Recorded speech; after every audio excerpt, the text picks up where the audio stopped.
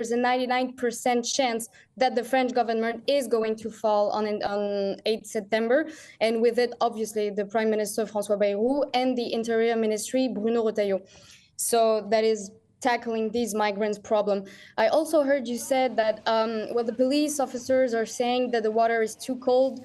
Believe me, that is not the issue. The police officers are really brave in France. And the problem is, as you said, I think the real issue is if there's an incident, if there is only one death, police officers can be blamed. The far left-wing parties in France are extremely critical of the police in general. If something goes wrong, police will be blamed and some officials won't have their back. And when you add on top of that the government problems and the institutional crisis in France, I mean, police officers training is not going to be a priority. So effectively, this is just going to be, Hélène, a state of inertia. Nothing's going to happen here. If the police are not going to intercept the boats, the dinghies, in shallow water, if they're not going to puncture them, then these dinghies, the migrants are going to continue to cross the channel. And it appears there will be very little political opposition to that in France. Yes, unfortunately, for the next 10 days, I don't think this is going to be a priority. The only thing we can really hope is that the successor of François Bayrou, our Prime Minister, and the successor of Bruno Retailleau, our Interior Minister, will just tackle this issue and just work on the police officers' training. What of the migrants in Calais, in tents? How much unease and disquiet is there amongst French people about the continued presence of so many migrants gathering there who all want to come to the UK? It's a really big issue. And actually, I wanted to go back also on the deal that was signed by Prime Minister Keir Starmer and Emmanuel Macron. In France, actually, this deal is very, very blurry. Well, for the first time, well, the returning small boats attempting to reach the British coast has been agreed, in exchange for which London has committed to opening up legal immigration channels. But the mayor of Calais, Natasha Bouchard, actually is not too happy with this deal. In her point of view, she said in an interview in the newspaper that I work in, she said that the British will select the migrants they want to keep, send the others back to France, but where, how, and what way? It seems that we are not prepared for this deal. It seems quite unequal, at least for the mayor of Calais, Natasha Bouchard. So, and of course, while there is that, the people that live in Calais, the people that live in Dunkirk, have to live with the migrants just next to them, and with all the problems that this is creating in the north of France. It's a really, really bad situation. So, a French government that did manage to stop these boats from leaving the shore could actually make itself pretty popular with the French people. Why? Because they stopped the boats? Well, if they managed to stop the flow of migrants from Calais to the UK, they would also, I assume, stop the flow of migrants to Calais, and therefore that would be a popular move. Probably. Immigration has become a really, really important political issue here in the UK. In fact, it's probably going to decide the outcome of the next election. Is there similar sentiment in France? Is there increasing unrest about levels of immigration? Yes, absolutely, absolutely. It's when we look at a lot of polls, immigration is the #1 problem in France right now, and people just want our officials to tackle it. It seems like there's also the far right party, which is the Rassemblement National, and its leader Marine Le Pen. She's going up and up in the polls. So I mean, of course, it's a really concerning problem, and especially for the people that live around the borders. It's very interesting you say about Marine Le Pen, because in Britain we have a politician called Nigel Farage, who some people say he's far right. I wouldn't accept that description, but his party is leading the polls, and it's because he's taking such a tough line on immigration. Is it possible, in your view, Hélène, that Marine Le Pen, because of immigration, could even become the next president of France or win the next election? I think it's been 3 elections now that she's going to be a candidate. And each election, she gains approximately between 8 and 10 points. So maybe one day it's going to work out. She has other problems actually. She's going to be on trial next summer in 2026 for money problems in the European Parliament, and maybe she's not going to be allowed to run for president. So that's her big issue. But actually, in the polls, she just gets higher and higher because of the things that she says about immigration. Yeah, fascinating. A lot of French people are agreeing with her. All right. Helene, thanks for joining us. That's Helene Rouet, a journalist at the JDD, a French weekly news. So thank you so much for joining us.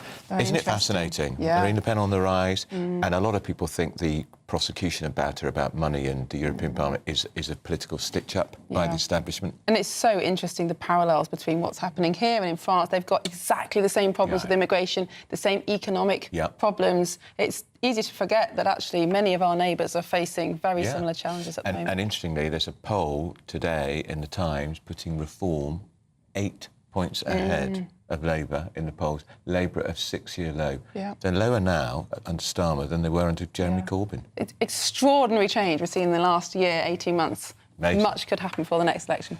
Well, still coming up, just how will the King and US President Donald Trump feel about the Lib Dem leader, Sir Ed Davey, boycotting the state banquet next month? And up next, the Home Office's bid to challenge the decision to block the owner of the Bell Hotel in Epping from housing asylum seekers is being heard in court today. Our Home Security Editor Mark White will be there for us. But first, if you're in search of some holiday sun, here's the forecast for some of the top European destinations.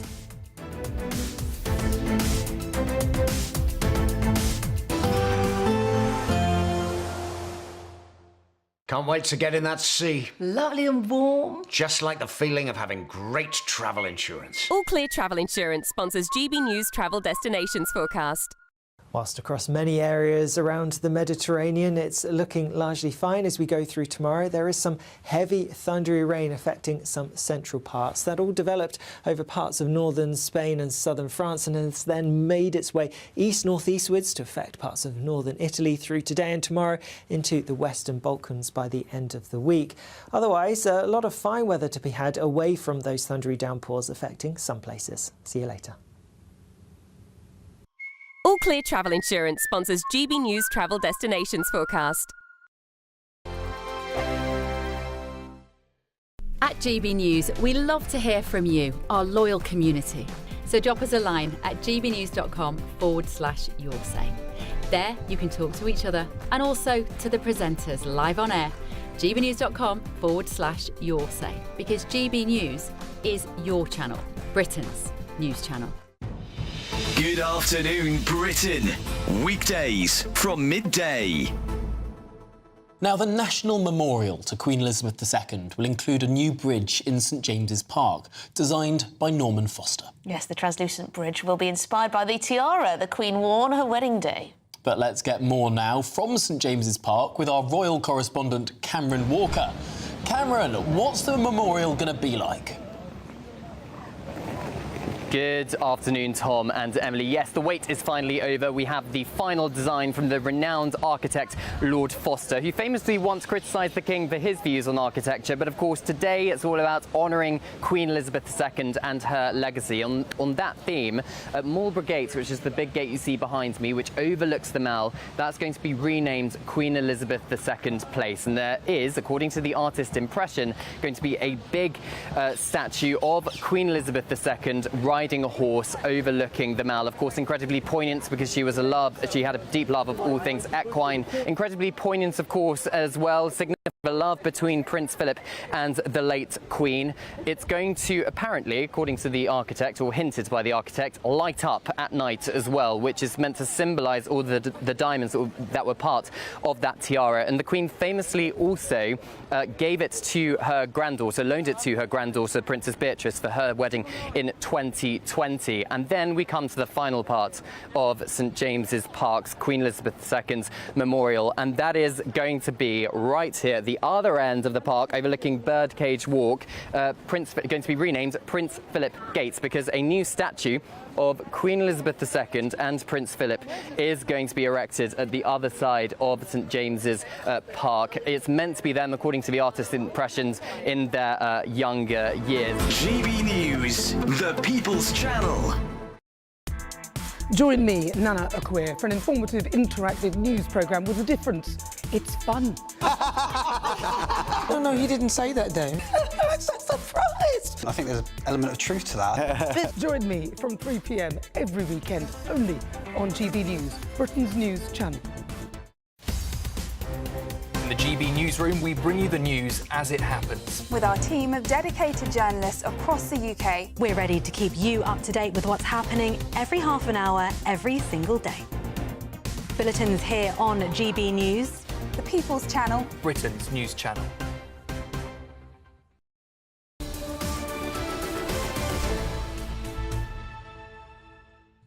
It's 9:49, Britain's Newsroom on GB News. Andrew and Miriam. Well, the Home Office is appealing a High Court ruling that has temporarily blocked housing asylum seekers at the Bell Hotel in Epping. It's also seeking appeal over the court's decision to prevent the government from intervening, well, the Home Office from intervening in the case. And this all comes after Number 10 warned that the ruling could disrupt asylum housing across the country. Good. Hope it does. Yeah, but would you prefer people who are undocumented? I don't want them in council houses. No, exactly. No, you've got to put them in detention camps. No, I agree, but that's not going to open tomorrow. So right now, would you prefer them somewhere where everybody knows where they are, or dispersed in the community? Well, let's talk to GB News Home Security Editor Mark White, who is at the Royal Courts of Justice. Mark, this is a hugely significant moment. I'm not sure that if the appeal is allowed, whether we hear the full appeal today or whether they just get the right to appeal, but there's a lot resting on this case today. There absolutely is. The very fact that there are 32,000 asylum seekers in hotel accommodation across the country means that this is just too important, clearly, for the Home Office to take that decision last week lying down, because it opens the floodgates, and we've already heard about multiple councils now potentially going forward with similar appeals for an injunction to stop asylum seeker hotels in their local authority areas. So that's why the Home Office is now belatedly, it seems, trying to challenge this.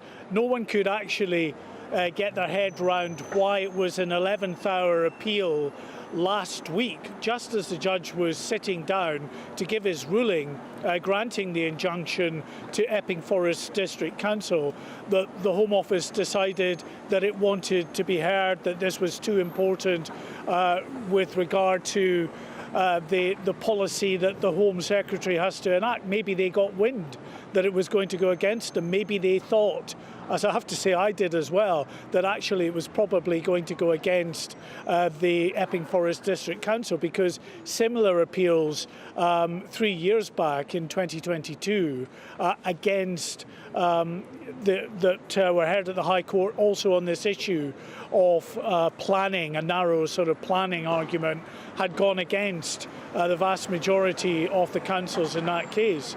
So I don't think many people really thought that Epping Forest District Council was going to be successful here, but clearly they were. Now the Home Office is scrambling to be included, to be then part of the appeal, to argue that this injunction should not go ahead. The Home Office lose this case, Mark. Is it right that this hotel will have to be emptied of migrants by September the 12th? Yes, that's the current plan. The judge extended that. It was going to be a couple of weeks, but he extended the deadline until the 12th of September to allow the Somani hotel chain and, of course, the contractors on behalf of the Home Office to make other arrangements. So there's a deal of urgency, of course, about these proceedings today, and we're told that one of the judges is actually going on leave tomorrow, so we're not quite sure whether this will all be wrapped up today, whether there could be a ruling maybe today or even tomorrow with the two remaining judges. There's, these things at the Royal Courts of Justice are always highly complex in nature. So we just don't know how it's going to play out today. Mark White, Home and Security Editor, thank you very much for your time. I mean, Andrew, if the Home Office do lose this appeal, we'll open the floodgates for other hotels. Well, every council is going to chuck and they're them out suddenly of their going to have to find 30,000 places. Well, still coming up, find out about the nasty surprise that Chancellor Rachel Reeves might have in store for landlords. Which is going to be a problem for tenants. Absolutely. Well, you're watching Britain's Newsroom on GB News. Yeah. Expect warm spells with the odd rude interruption. Box Boilers sponsors the weather on GB News. Good morning. This is your GB News weather update from the Met Office. Now, it is going to be a showery day for many of us today, and those showers becoming increasingly widespread as we go through into this afternoon. Starting off, though, actually across many central and eastern parts, it's largely dry for a little while with some decent sunshine, but as I mentioned, those showers becoming increasingly widespread, starting off mainly in the west, but feeding further eastwards through the day, and some of them are going to be quite heavy, packing a fair bit of a punch. They could be thundery and blustery at times too, and those blustery winds will add to the slightly fresher feel to things than we've seen through some recent days. Nonetheless, temperatures still just about getting into the low 20s towards the east, so feeling warm away from the showers in any sunny spells. As we go through the evening, a showery picture across much of Scotland towards western parts of Scotland, perhaps the showers merging into some longer spells of rain for a time, and also across Northern Ireland there could be a spell of something a little bit more persistent rain-wise pushing through. Otherwise, there across England and Wales, well, yes, there's some fairly frequent showers, but there could also be some bright sunny spells, so a bit of late sunshine around for a few of us. Then overnight, the showery theme continues, especially across northern and western parts. Greater chance of staying dry towards the east-southeast, albeit later on in the night a swathe of cloud and showery rain feeds its way eastwards across the English Channel, and that could bring some wetter weather to the southeast as we head towards dawn. Temperatures are going to take a bit of a drop, similar to recent nights where you're sheltered from the breeze and have some clear skies. Could just about drop into single figures in rural spots. And then tomorrow, yes, a bit of cloud, some showery rain across the southeast early on. Otherwise, some fairly frequent showers across western parts, and similar to today, those showers are going to become more widespread, more frequent as we go through the afternoon, and some could still be quite heavy. There could still be some rumbles of thunder. Temperatures similar to today, a degree or so down for some, still warm in any sunny spells. Expect warm spells with the odd rude interruption. Box Boilers sponsors the weather on GB News.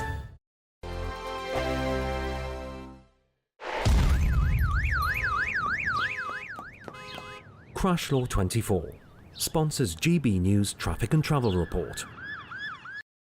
Good morning, this is the latest AI travel news from gbnews.com. Currently, on the M4 westbound, the road is closed for resurfacing between Junction 24 Coldra and Junction 26 Malpass. Diversions are in place, so plan accordingly. In Staffordshire, the A50 eastbound has 10-minute delays due to congestion between junctions with A522 and A518 at Uttoxeter North. Normal traffic conditions are expected between 10:30 and 10:45 today. Ensure alternative arrangements to avoid delays. And on the trains, Gatwick Express is not operating, and there is disruption on East Midlands Railway between London St Pancras International and Luton. For more travel news, go to gbnews.com. Crash Law 24 sponsors GB News Traffic and Travel Report. It's the final week to see how you could win your mortgage or rent paid for a whole year. That's a cash lump sum equivalent to 12 of your monthly mortgage or rent payments, right up to a whopping £20,000. Plus, we'll add an extra £5,000 on top for good measure. Make sure you don't miss out as lines close on the 29th of August. For another chance to win, text WIN to 63225. One entry costs £2.50 plus one standard network rate message, or text BONUS to 63225. 5 entries cost £5 plus one standard network rate message. Go to gbnews.com/win. Entry start at £2.50. Call 0903 686 3232. Calls cost £2.50 plus your network access charge. Or post your name and number to GB15 PO Box 8690 Derby DE1 9TT. UK only. Entrance must be 18 or over. Lines close at 4 p.m. on the 29th of August. Please check the closing time if listening or watching on demand. Good luck. Mornings don't have to be tiresome, especially if you have the right company. Wake up to news as it happens, opinion and debate, and of course, a little bit of entertainment too. Because when the kettle's on, we're on. That's Breakfast on GB News, a show worth waking up for. Every morning from 6 a.m. Only on the People's Channel, Britain's news channel. We'll spread the news, you spread the word. From the school run to the home run, watch a new show for all of Britain. He can say whatever he wants. A straight talking show where all voices are heard. And, you know, when are we going to stop talking about smashing the gangs and actually do it? With the stories that matter from every part of our country. There's a bit of a crash landing there for your Chancellor. Bold, fearless and standing up for you. That's me, Martin Daubney, 3 p.m. till 6 p.m, weekdays, here only on GB News. The People's Channel, Britain's news channel.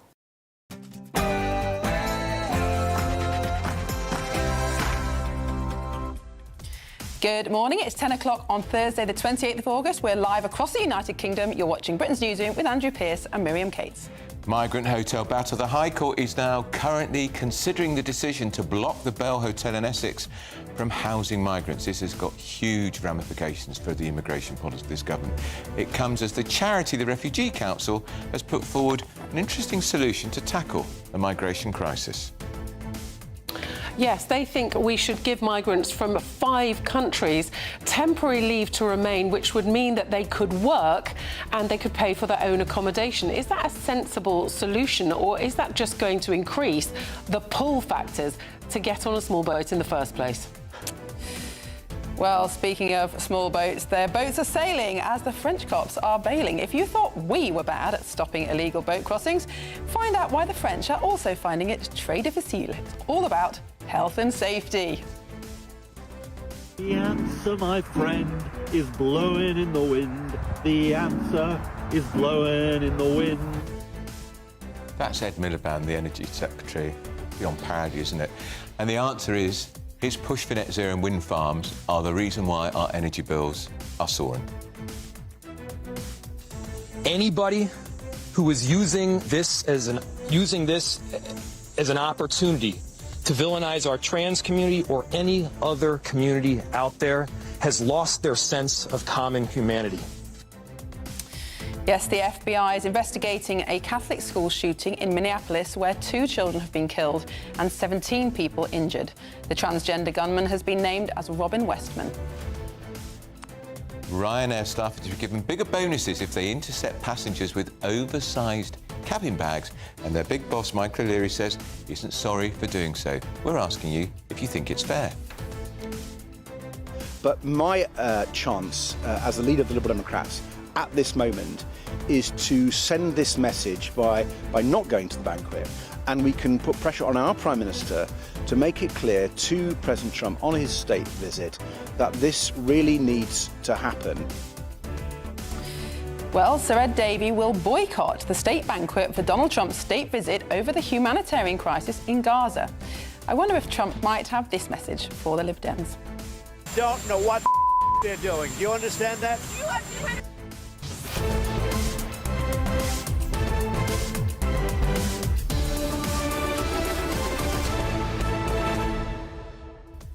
Well, Andrew, earlier on we had a brilliant French journalist. She was great, wasn't she? Yeah, speaking to us about the problems why the French police aren't stopping the boats. She says they are very brave, but they're getting accused of... they're being blamed when things go wrong, and they understandably don't want to take that risk. Yeah, and it means the government have put so much store by the fact that the French police are going to wade into the shallow waters to pull the boats back, the dinghies back. That's not going to happen. The French police unions have intervened too, and we've also going to have an election in France. If the government falls, the entire strategy unravels. So more problems for Keir Starmer. And I think what was also interesting is she was talking about the famous one-in, one-out deal, and she said it was a little bit blurry. Yeah. Clearly in France it's not being reported as quite the showstopper as it is here. And as the fabulous Mark White pointed out, one in, one out, since that policy has been announced, the government has said they've detained 100 migrants. They're still here, by the way. 3,600 have arrived. So yes, not working. Thousands in, none out. And 2 former Labour Home Secretaries have now come out and said we should suspend the ECHR. So perhaps the tide is turning. That was a bad pun. Pretty good one. If only it was turning. It was accidental. Well, we'd love to know what you think, so send your views and comments to gbnews.com/your say. But first, the news headlines with Sam Francis.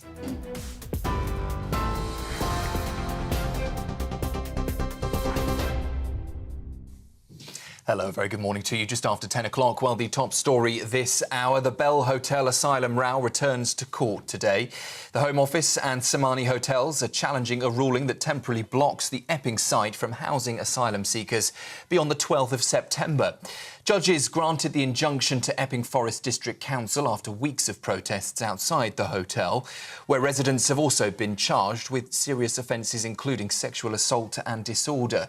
The Court of Appeal hearing in London begins this morning, while ministers insist they remain committed to closing all asylum hotels by the end of this Parliament, but in what they call a managed and ordered way. In Westminster, meanwhile, Sir Keir Starmer is replacing his top civil servant in Downing Street. Nin Pandit, the principal private secretary who has only been in the job for 10 months, is expected to move to another government role. She's the third senior figure to depart from Mr Starmer's inner circle since Labour took office, following Sue Gray and Matthew Doyle. Downing Street insists the Prime Minister retains confidence in Pandit, but her exit comes amid growing talk of a wider reshuffle of junior ministers after the summer recess.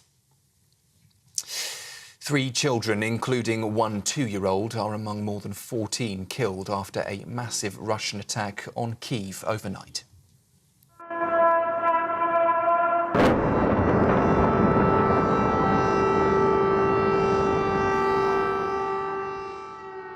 Well, emergency services say dozens more were injured, with President Zelensky accusing Moscow of choosing ballistics instead of the negotiating table. Among the buildings hit was the British Council's Kyiv office, which has been severely damaged. Meanwhile, Russia says it intercepted more than 100 Ukrainian drones as both sides continue their heavy aerial attacks. The Ukrainian delegation is due in New York tomorrow for talks with US officials on ending the war. Back here at home, the Treasury is weighing up a new tax on landlords by imposing national insurance on rental income. According to The Times, officials believe the move could raise around £2 billion ahead of Rachel Reeves' autumn budget. Supporters say it targets what they call unearned revenue, while avoiding Labour's pledge not to raise VAT, income tax or NIC rates. But the plan comes amid warnings the Chancellor faces a £41 billion shortfall in public finances. The leader of the Liberal Democrats, Ed Davey, says he'll boycott Donald Trump's state banquet next month in protest, he says, over the US president's stance on Gaza. British public need to make that clear to Donald Trump. He has to act to end this humanitarian crisis. But he stressed his decision was not aimed at the King, writing to King Charles personally to underline his respect. He insists he and his wife prayed about it before deciding, saying his Christian faith made it impossible to attend. Trump's state visit is due in mid-September, with the banquet set to be one of its centrepieces. And a show of strength is set in Beijing next week as Vladimir Putin, Xi Jinping and Kim Jong-un appear together at a major military parade there. North Korea has confirmed its leader will make the rare trip abroad to mark 80 years since the end of the Second World War, and his first visit to China in 6 years. China, Russia and North Korea have deepened ties, with Beijing as Pyongyang's main trading partner, and Kim accused of supplying troops for Vladimir Putin's war in Ukraine. Western leaders, of course, notably absent from the guest list, but 26 other heads of state will attend in what Beijing is calling a declaration of unity and solidarity with Moscow. Those are the headlines just after 10 o'clock. I'll be back with you in half an hour. Now, though, it's over to Andrew and Miriam.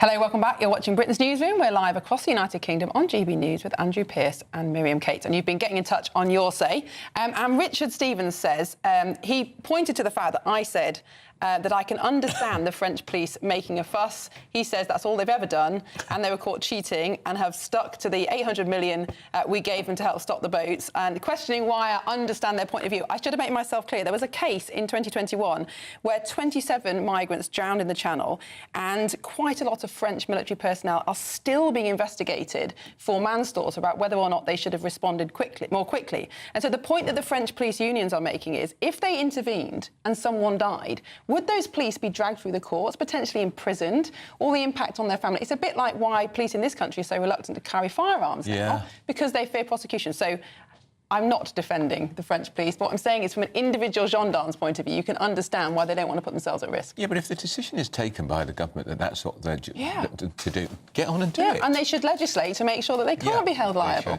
Can I just say as well, by Ed Davey, so he and his wife have prayed about the decision. They prayed, and now they've come to the conclusion that he should boycott the state banquet, his wife too.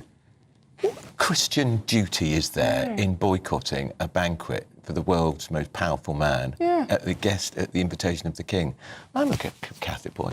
I think it's an abuse of it's almost an abuse of his Christian faith. I mean, it's a conscience decision. He's got every right to make it. But I agree. Like, one of the things that Jesus did that was so controversial was to hang out with people that other people viewed as sinners or unmentionables. So even if he does see Donald Trump as a sinner or an unmentionable, I'm not sure why it's Mary Magdalene wasn't very popular. No. And yet she was with him the whole time. That's right.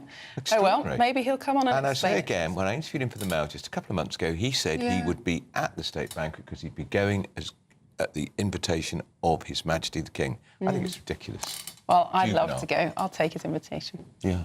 Anyway, and it's at Windsor Castle too. What a fantastic venue. Yeah. Unexplainable. Well, the Home Secretary is looking to end the use of migrant hotels through a one-off scheme. This proposal sees asylum seekers from 5 nations, including Syria and Afghanistan, temporarily allowed to stay in the UK. Well, GB News' political correspondent Catherine Forster joins us now. Catherine, explain this proposal to us. We should say it's just a proposal by the Refugee Council. Yeah, we don't know that this is going to happen, but the Refugee Council have said, look, there are 5 countries, Afghanistan, Eritrea, Iran, Sudan and Syria, where the vast majority of asylum applications are ultimately granted. So why not give a temporary permission to stay for asylum seekers from those countries? And that would mean that, first of all, they could get a job. They could work, and because they are then working, they would be able to afford to pay for their own accommodation, so they wouldn't be a drain on the state in the same way. Now, you can see that that would be a practical solution to the huge problem that the government have. We've got 32,000 asylum seekers currently in hotels. This judgment from the Epping Hotel, well, we don't know which way the appeal will go now, but potentially is going to make huge problems for them. So you can see that it would be a practical step, but I think critics will say, hang on a minute, we've already got all these huge pull factors bringing people across the channel. You get put up in a hotel, you get everything paid for, NHS or discounts on this, that and the other, and you're likely to be able to stay. If you add to that, you can come and you can get a job and then you're free to do whatever you like. Is that not just going to increase the pull factors? Is that not going to just put the number of people crossing the channel, already up 50%, up even more? It'd be like a magnet, I'm afraid. They're crossing illegally, that's it, I'm afraid. The Refugee Council, what is the point of the Refugee Council, by the way? Aren't they like all left-wing organisations? Their reason for being is to campaign for better rights for refugees and asylum seekers, and unfortunately it seems to be often more rights than anybody else. But Catherine, do you think some of these organisations, and indeed the government, have got into their heads, people are angry about hotels, people are angry about hotels, but actually the hotels themselves are not really the problem. It's the entire failure of the system, the number of people that are coming over here. And actually, if they just close the hotels and disperse asylum seekers by granting them asylum, that's not solving the problem, is it? I think that's exactly right. I think the unfairness of seeing people break into the country and then being put up sometimes in 4-star hotels, but, you know, having a very nice time being rewarded does enrage people. But as you say, the broader problem is that we've got huge numbers of people coming here, and people don't want them in hotels, nor do they want them in houses next to them. No. So the problem is that people are coming, the government says they have a deterrent. Well, is the one in, one out scheme with France, apparently, we've detained 100 people which are going to be sent back to France. Are they? It's only a pilot. anybody could pull the plug on it at short notice, and it still isn't going to bring the numbers down. You know, without a real deterrent, and of course this is where reforms plans come in, that would, if they were able to do what they say, detain people on arrival and you wouldn't get to stay, that would be a deterrent. You would imagine that people would stop coming pretty quickly. What was the expression that your French journalist used about our one in, one out scheme? It's a bit blurry, she said. Blurry, she said. And no public support. And the mayor of Calais in particular, she said, completely objects to the proposal because she said Britain is deciding which migrants are coming back and she's not having it. Yeah, they're not happy. And of course, France have repeatedly said basically that this is... OK, it's a problem that's faced across Europe, but particularly with channel crossings, we are seen as a soft touch compared to somebody like France. And, of course, not just the problem with the one in, one out, but the fact that the French government looks likely to collapse and the legislation to allow police officers to wade into small water that was supposed to come in by the end of the year that could make a significant difference, that might fall by the wayside. Now, most people now realise that, or certainly many of our viewers now realise that the only way to really end this crisis is to leave or suspend the ECHR. We've had 2 former Labour Home Secretaries calling for that now, Jack Straw, David Blunkett, 40 Red Wall MPs writing to the Prime Minister urging this. Do you think the government is actually going to start to take a more hardline approach? I can't see any world in which a government led by a former human rights lawyer leaves the ECHR. However, the Home Secretary, Yvette Cooper, is already looking very specifically at Article 8. We know that right to a family life has blocked the government from getting rid of all sorts of people that we really rather not keep here. But I think the mood is definitely shifting because, as you say, Lord Blunkett, former Home Secretary, said that we should temporarily suspend membership. Jack Straw, former Labour Home Secretary, has said that we should decouple ourselves. Joe White of the Red Wall Group has said that the ECHR has had its time and has called for a review. So things are shifting. What I think is very interesting, though, is that Sweden and Denmark have managed to get illegal migration down massively without leaving the ECHR. Nigel Farage mentioned that the other day in the press conference, and he said that wouldn't work here because of our lawyers and our judges. And remember as well, the Attorney General, Lord Hermer, a human rights lawyer, great friend of Keir Starmer's, implacably opposed to any changes to any treaties. So if they start tampering, he loses his Attorney General very quickly. Yes, Lord Hermer, obviously an absolute stickler for international law, you know, and the Chagos Islands being one of the consequences of that. But, you know, the mood in the country, people really just have had enough, haven't they? Because, you know, under the Tories, and the Tories were punished for it spectacularly, and Labour do realise that if they don't get a grip on this, they will be punished for it massively too. But at the moment, they're pulling loads of levers, and I've been to so many announcements of they're doing this, they're doing that, they're doing the other. But you still don't have an effective deterrent at the moment. No, nothing's stopping them. Well, just like the Tories, Labour are trying everything apart from leaving the ECHR, but they are going to run out of road at some point. Anyway, happier news now. Yes, because it's the final week to see how you could live the next year mortgage or rent-free with an extra £5,000 in your bank account. Or if you don't have those payments to make each month, you can end with £15,000 in tax-free cash. Here's all the details. Lines close tomorrow on your chance to win your mortgage or rent paid for a whole year. That's a cash lump sum equivalent to 12 of your monthly mortgage or rent payments, right up to a whopping £20,000. Plus, we'll add an extra £5,000 on top for good measure. And if you don't have a mortgage or rent to pay, lucky you, we'll give you £15,000 tax-free cash instead. Get your entry in now, as lines close at 4 p.m. tomorrow.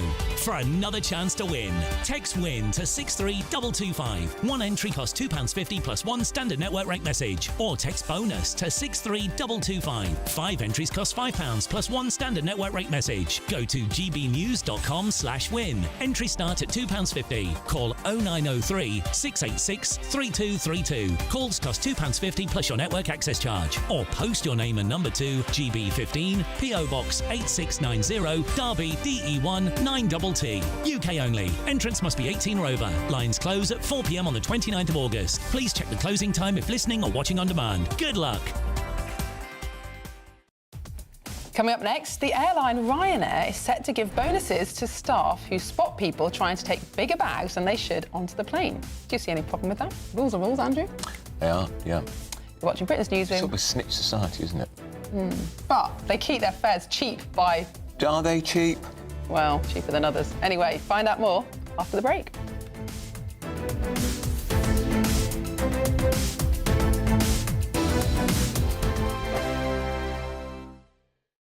Westminster's full of talk, but out here, it's the real world.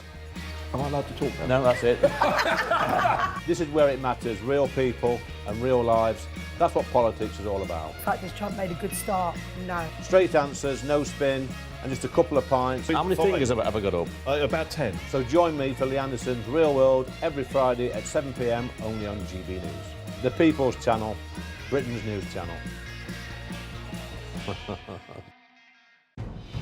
Good afternoon, Britain. Weekdays from midday. Working class pupils being left behind, being written off.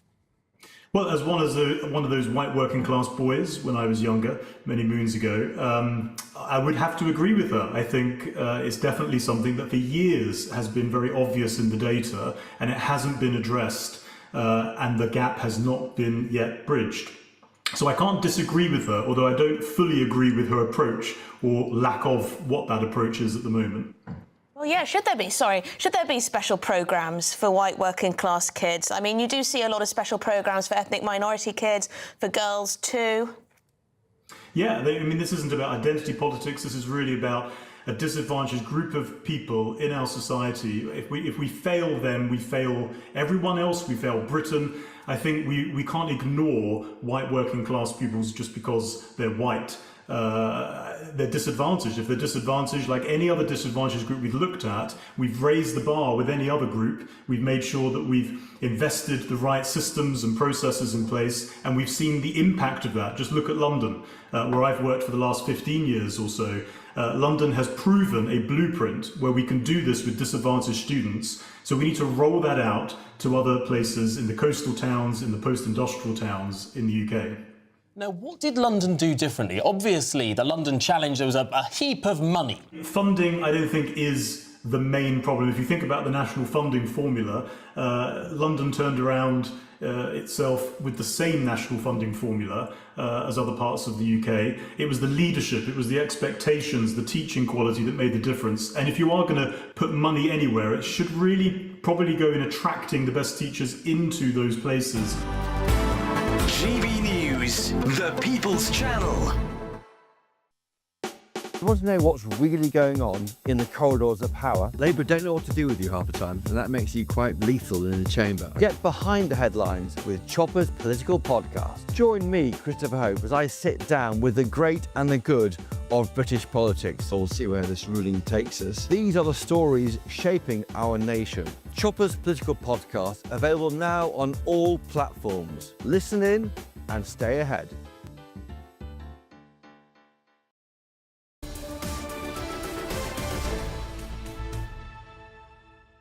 Welcome back. It's 22 minutes past 10. You're watching Britain's Newsroom with Andrew Pearce and Miriam Cates. We're now joined by the broadcaster and journalist Carol Malone and political commentator Jonathan Liss here in the studio. Good morning to both of you. Morning. Morning. Now, seeing as it's the summer holidays still, just about, I think there's a week left, shall we talk about this story? Ryanair are going to increase the bonuses for their staff. I haven't got it because I didn't think we were talking. Oh, apologies. I'll start with Jonathan. I know what it is. Yeah. Who are, so currently they get a bonus of about £1.20 if they spot a passenger trying to sneak on a bag that's too big. That's going to go up to £2.50 with no limit. Do you think this is a good idea? No, I think it's a horrible idea. Look, I fly Ryanair because it is the cheapest in many cases, and it's normally fine. Often sometimes it's late and everything, and it's not particularly comfortable, but it's fine and does the job. Why is it not very comfortable? Well, the seats just aren't very comfortable. Right. They don't have to, like, you know, it's quite hard seats, hard backs for your head, etc. But it's fine. You know, I don't mind about no frills because I like to get around cheaply. But this is, I just find it such a mean and vindictive policy, you know, that people are trying their hardest, and they have extortionate charges. That's how obviously they make their money, by the extra charges they impose on a little bit of extra luggage, and every few years the limit gets smaller and smaller. So I've sort of bought new bags specifically for Ryanair flights, and I just think it's just really mean. People are trying their best to have a budget trip, and they get penalised. How's it going to work? Will it be people on the plane trying to load a bag that's too big in the overhead? No, I think that I think how it works is, you know, that when you go and tap in your boarding pass, right, and someone might say, "Can you just put your bag in that little basket to see if it fits?" I've normally got away with it in the past, but I've sometimes seen other people not getting away with it and feeling a bit sorry for them. What about Malone? You carry so much luggage. Well, you know I do. Yeah. I carry. I mean, you need a suitcase just for your makeup. Yes, I do. And, I mean, it's true. A suitcase from makeup and hairdryer. But I mean, Ryanair, you know, O'Leary hates his passengers. He hates I'm them. glad you said that. Hates them. You know, This is Michael O'Leary, the boss. He wants to ban all drinking in airports and on the planes because he says flying is becoming untenable because people are drunk all the time.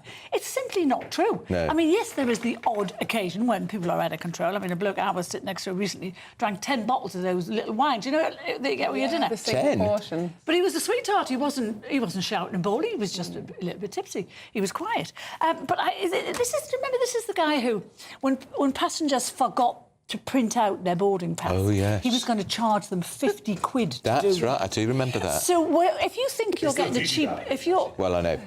If you think you're getting a cheap flight, you're really not. No. Because he sticks prices on everything. And they used to impose extra charges for credit cards until the EU made them stop. Do you remember that? You used to have to buy a special Ryanair MasterCard or something in order to get like zero charges. Otherwise, it's like £8. The reason they can keep the basic cost of their flight so cheap is because they do charge for all these extras. And if you want to fly dirt cheap, you can choose to have no baggage. Print your own ticket, you know, it's your choice. You know, as a woman, you cannot go on holiday without a decent suitcase, a decent size thing, because you want to enjoy your holiday, you want to change things.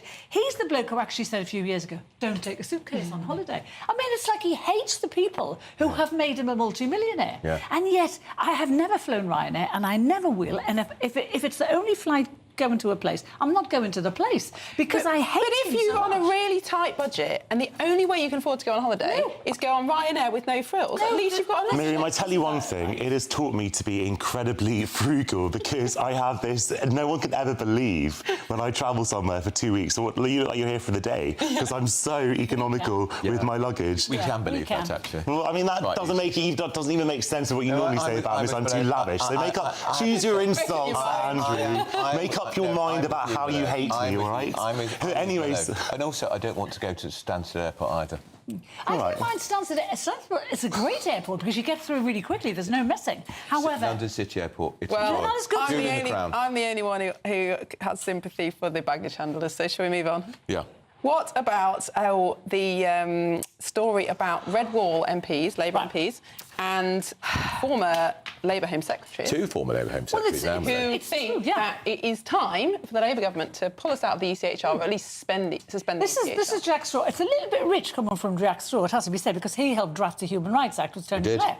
So it's a little bit rich of him to say that. But what he has said and has made really clear that we are one of the only countries that obey the rulings that come out of the ECHR. He's saying you don't have to. Therefore, advisory purposes only. So every other country can ignore what they say. They can listen to it, they can say right, and then they can do exactly what they want. Our country follows it to the letter. So it's our country that's at fault here. But Jack Straw has said it, Blunkett has also said we should temporarily suspend our membership of the ECHR because it is the one thing that is stopping deportation. It stopped the flight to Rwanda. And I do not understand why the British government didn't say to ECHR, get stuffed. Because the plane's going. There was the Supreme Court ruling here originally, if you remember, which said Rwanda was not a safe place to be. Then that was overturned, and it suddenly was. But Starmer is never going to do it, no matter who tells him. Because he's a human rights lawyer. Because he's a human rights lawyer, and he's too scared. It's not the only reason. And, of course, he's Attorney General, human rights lawyer, Lord Termer. He'd resign over it. And Graham Stringer, as you know this, who's a Labour MP, one of the Red Wall Labour MPs, has actually said that Lord Herman's got to be got rid of because he is the one standing in the way. He follows to the letter international law. Has it ever occurred to people on this panel that it's not the fact that Starmer is a human rights lawyer, that he doesn't want to withdraw from the ECHR, but he, along with most legal, political experts in this country, think that it's actually in Britain's interest to be part of a human rights body that can occasionally act in the interest of British citizens who've taken their cases to Strasbourg. In place in this country that would take care of you. And plenty of times, Carol, it has not worked. plenty of times the UK government has not upheld our rights, and we've had to go to the ECHR. That is how, for example, gay people are allowed to serve in the military. They have to go to the ECHR. If you don't like the ruling of the British courts, it doesn't mean that they're Do you think that gay people shouldn't be allowed to serve in the military? Because without the ECHR, they wouldn't be allowed to. Jonathan, do you think the tide is turning, though, even on the left? I suppose that is what potentially the interventions by Jack Straw and David Blunkett reveal, is that, yes, that certainly was the position 1 year, 5 year, 10 years ago across the board. But now even people on the left who previously very much supported it for those reasons are now starting to think we can't solve this problem. Every Red Wall MP. Every Red Wall MP. Miriam, what I think that you're identifying is a massive shift in the Overton window on a whole range of issues where what was normally a standard consensus position 10 years ago or 15 years ago on a range of subjects has now found itself completely on the left or on the progressive wing of public opinion. So, for example, Brexit. In the early 90s, no one was talking about leaving the EU, only a few people in the nascent party UKIP. And then it became a consensus opinion. Now it's like a ludicrous opinion to say that we should be in the EU. You don't have to go as far back as Brexit. People want out of the ECHR now because there is no way for us to deport illegal migrants. It is really as simple as that. You don't have to go back to Brexit. It's simple. And Jack Straw has said that the law's been misinterpreted. And he's a barrister. By lawyers. He's a lawyer himself. He's a lawyer and he's a barrister. He's been misinterpreted by the judges and by the lawyers in this country who just want to make money. And he's right. And, you know, did you see what Germany have just done? They have just deported. They deported, I think it was 115 Afghans. And they just did it in a very clever way. They didn't negotiate with the Taliban. They got Qatar involved as a go-between, and they got them all on a plane and they got rid of them. They've got rid of 10,000 this year, Germany. 10,000. I really don't think that you can just impugn lawyers' motives as wanting to make money. A lot of them actually care about human rights. They care about the law, and if they are winning the cases because that they have interpreted the law better than the other side. No, I think it's an outrageous thing to say they hate Britain. The people who hate Britain, the ones who criticise it all the time, people on your side. They are not the people footing the bill for illegal immigrants. The taxpayers of this country are, and they're sick to the back teeth of it. They're really sick of it. That's why they're protesting in the streets. But under the plan that you presumably support, that Reform has just proposed, that's going to be billions and billions of pounds of taxpayers' money as well. There's going to be literally funding them to leave this country. How is that any better? Taxpayers will be happy to pay that because in the long term it will. You're complaining about spending money on these people. It'll be the same thing then as well. It'll be cheaper to give them £2,500 to clear off than putting them on a plane and giving billions of pounds to regimes that are profoundly dangerous and wicked. Spend £1 billion a month in benefits to migrants. That is so getting them out of the country is not going to cost us much. That's partly because they're not allowed to work. We pay £151 million in aid every year to Afghanistan, run by the Taliban. Well, that money, look, of course we need to give aid to Afghanistan. That's not the same as directly funding the Taliban. Of course it goes straight to the Taliban coffers. Well, we will have to pause and carry this on in and out. Of course, we do know that Yvette Cooper, the Home Secretary, is considering at least amending how the Article 3 and Article 8 rights of the Human Rights Act, the ECHR, are being considered. So perhaps some movement there. Anyway, first of all, we've got your 60-second news update with Sam Francis.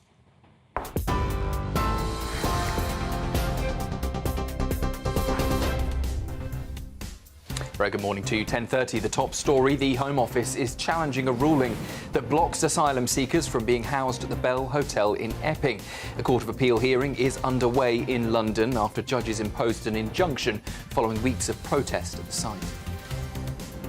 In the last few minutes, Sir Keir Starmer has condemned the latest Russian attack on Ukraine, calling it senseless and saying Putin is killing children. He also confirmed a British council building was damaged.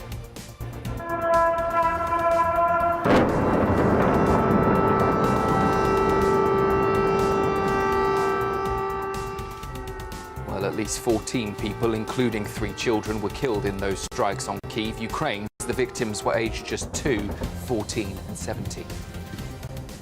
In Westminster, Sir Keir Starmer is replacing his top Downing Street aide, Nin Pandit, the third senior departure in less than a year. The Treasury is weighing a new tax on landlords by extending national insurance to rental income, a move that could raise £2 billion ahead of the autumn budget. Leader of the Lib Dems, Sir Ed Davey, insists he means no disrespect to the King, boycotting Donald Trump's state banquet next month. He says it's down to his Christian faith and opposition to the president's stance on Gaza. British public need to make that clear to Donald Trump. He has to act to end this humanitarian crisis. And a show of force in Beijing. Vladimir Putin, Xi Jinping and Kim Jong-un will stand side by side at a military parade next week, marking 80 years since the end of the Second World War. Those are the headlines for now. I'll be back with you for a full roundup at 11. Tune into GB News Radio wherever you are. Online, on DAB digital radio, on TuneIn, on Radio Player and on your smart speaker. Just say, play GB News.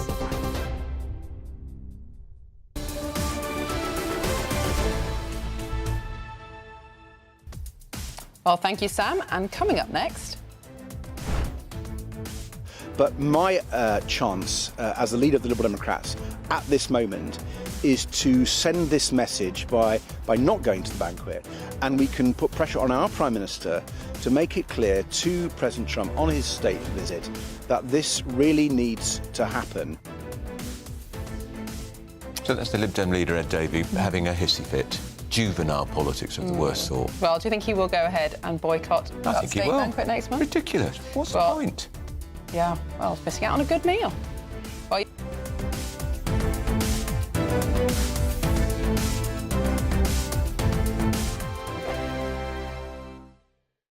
Good morning, this is your GB News weather update from the Met Office. Now it is going to be a showery day for many of us today, and those showers becoming increasingly widespread as we go through into this afternoon. Starting off though, actually across many central and eastern parts, it's largely dry for a little while with some decent sunshine, but as I mentioned, those showers becoming increasingly widespread, starting off mainly in the west, but feeding further eastwards through the day, and some of them are going to be quite heavy, packing a fair bit of a punch. They could be thundery and blustery at times too, and those blustery winds will add to the slightly fresher feel to things than we've seen through some recent days. Nonetheless, temperatures still just about getting into the low 20s towards the east, so feeling warm away from the showers in any sunny spells. As we go through the evening, a showery picture across much of Scotland towards western parts of Scotland, perhaps the showers merging into some longer spells of rain for a time, and also across Northern Ireland there could be a spell of something a little bit more persistent rain-wise pushing through. Otherwise there across England and Wales, well yes, there's some fairly frequent showers, but there could also be some bright sunny spells, so a bit of late sunshine around for a few of us. Then overnight the showery theme continues, especially across northern and western parts. Greater chance of staying dry towards the east-southeast, albeit later on in the night a swathe of cloud and showery rain feeds its way eastwards across the English Channel, and that could bring some wetter weather to the southeast as we head towards dawn. Temperatures are going to take a bit of a drop, similar to recent nights where you're sheltered from the breeze and have some clear skies. Could just about drop into single figures in rural spots. And then tomorrow, yes, a bit of cloud, some showery rain across the southeast early on. Otherwise, some fairly frequent showers across western parts, and similar to today, those showers are going to become more widespread, more frequent as we go through the afternoon, and some could still be quite heavy. There could still be some rumbles of thunder. Temperatures similar to today, a degree or so down for some, still warm in any sunny spells.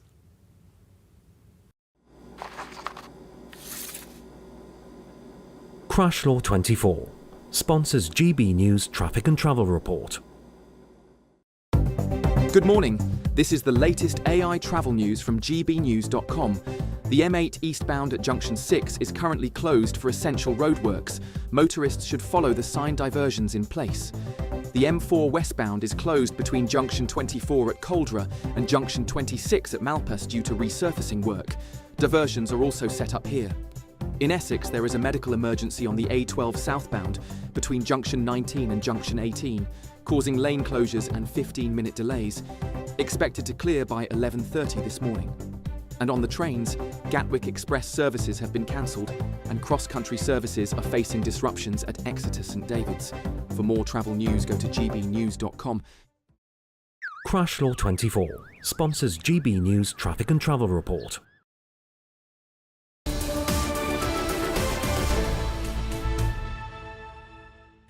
It's 10:37, Britain's Newsroom with Andrew Miriam. Well, the Liberal Democrat leader, Sir Ed Davey, has announced he will boycott Donald Trump's state banquet visit next month. He says he spent all summer thinking about this, he's prayed about it, and he's not going to go. And he said it's an attempt to send a message to the US President over the crisis in Gaza. Do you think this is in the President of the United States' interest? Do you think he thinks, oh no, Ed Davey's not going to be at the state banquet? No, I don't think he cares. He this would is clearly say, for a UK audience. He would say, Ed who? Quite possibly. Let's speak to former Liberal Democrat MP Mark Oaten. Mark, morning, how are you? I'm good, but I'm going to pick you up straight away, Andrew. I think for you to say this is Ed having a tissy fit and it's juvenile politics. It's juvenile politics. It's frankly insulting. Andrew, that is insulting to the many millions of people in this country who feel really strongly about what's happening in Gaza. Ed is taking a principled position on this. He's raising concerns about it and he's raising awareness. And to belittle it in that way does you no favour, Mark, Andrew. if he went to the banquet, he could raise it personally with the President of the United States rather than having a silly little childish hissy fit and boycotting it. The President won't even know he's not there. What is the point? Well, the point is that we're talking about it now. For a start, it's raised awareness about this issue. But actually, I think it's more of a diplomatic error to go to a formal royal dinner and start raising those issues. That's probably not the proper place to do it. Ed is taking himself away from putting that embarrassment on the monarchy and quite rightly saying, I'm not going to go. I'm going to make my protest this way. And in doing so, he's speaking up for the 72 Liberal Democrat MPs. And I think also millions of people who care in this country and want to see Trump act faster and quicker to bring what's happening in the Gaza to an end. But Mark, Ed Davey is not a political campaigner. He's the leader of a political party. He wants to be Prime Minister. He also calls himself a Democrat. And the point of democracy is that you have to give legitimacy to your opponents because you recognise they have been elected by the people and it'll be your turn another turn. But right now, that person is in charge. That person is president. He's just destroying the sense of him being a Democrat and the Liberal Democrats being a democratic party by refusing to attend a banquet with a democratically elected world leader. Look, if Nigel Farage was doing something like this, you guys would be saying, fantastic, he's breaking the rules. I absolutely wouldn't. You would. You'd say he's breaking the rules, he's being a maverick, he's doing things differently. Mark, I would not say that, categorically. We need to learn from what Reform are doing and be more radical. Yes, take some risks. There is a risk. In what Eddie's doing here, and I'm glad he's taken the risk. Well, Nigel Farage is being accused of wanting to do a deal with the Taliban, so I don't think that's a fair accusation.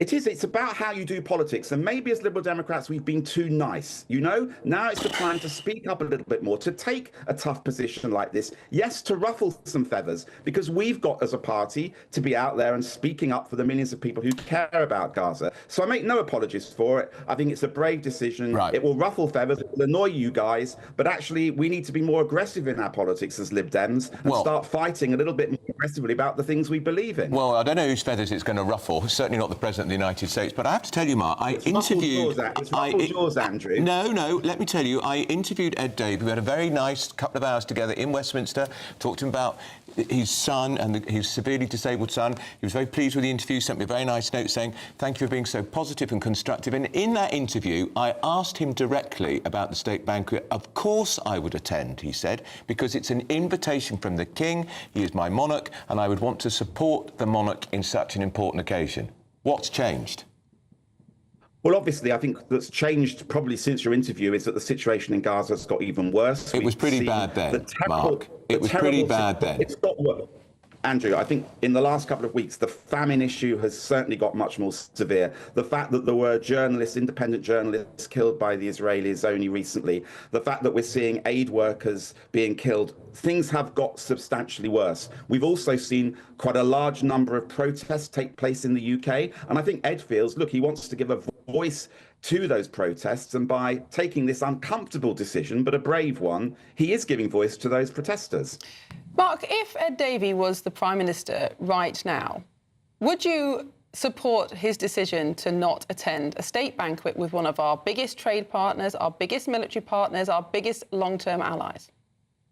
I think that's different. I genuinely do. Why is it different? He wants to be Prime Minister. Yes, and if he was Prime Minister, he would have the kind of access that Keir Starmer has to Trump. He would be able, in bilateral meetings in the White House, to completely raise this all the time. He doesn't. He's an opposition leader, and as an opposition leader, sometimes we've got to be a bit maverick. We have to get our voice heard. We have to do things that the Prime Minister can't necessarily do. That's the opposition reality, and I think that what Eddie's doing here is showing some really good, strong leadership. He's sending out a clear message about what this party cares about and what the protesters care about. I would love him to be Prime Minister. He isn't. We have 72 MPs. That voice still needs to be heard. Do you think this tactic will increase his chances of being Prime Minister? I think that the more the party can get out there and speak up strongly and boldly for its principles, the better we have. My criticism of Ed and the party is we've been too cautious on many issues. So I welcome this because it shows we're taking some leadership. Like Back what? in the day, Charles Kennedy. What's he been too cautious on? What else has he been too cautious on? I think we should be very clear about the fact that we want to get back into the EU, for example. I think we should be speaking up on the immigration issue. Yes, I do. I think we should, as a party, be saying that what is happening with the boats is wrong and it's a shambles and that we need to get a grip of that. There are issues like this I think the party needs to be much bolder on. We have our core principles and we need to be shouting about them, not in a nice way, just on focus leaflets through the door, but out there doing what Eddie's doing now, making headlines. And I would love us to see more from the party about immigration issues, about European issues, and of course, as he's doing today, on the issue of Gaza. I'm just on immigration. Can I ask you, what is your point on that? What should he be saying on immigration? Look, I think the party is too quiet on this issue. We should be saying that what is happening with the boats coming to this country is a disgrace. It is shambolic. The government need to get a grip of this. It is no way to run an immigration policy, to have illegal gangs. Why on earth can we not police our shores and stop this happening? Why on earth are we not, for example, using the Navy to intervene to be able to stop the boats coming through? Now, I'm a liberal and I'm compassionate, but I believe also in fairness, passionately in fairness. And for all of the good, genuine asylum seekers, we need to be supportive. But these are not what's happening to the boats. This well, is it wrong. sounds remarkably like the policy with which Donald Trump won the election in America. He's been incredibly successful at stopping illegal entrance into the US. I mean, if Ed Davey attended the banquets, perhaps he could get some tips. Look, what I think we need to do, and it's a phrase that was used many decades ago, it's called tough and tender. There is nothing wrong with being tough when things are not working and tender when you want it to work properly and compassionately.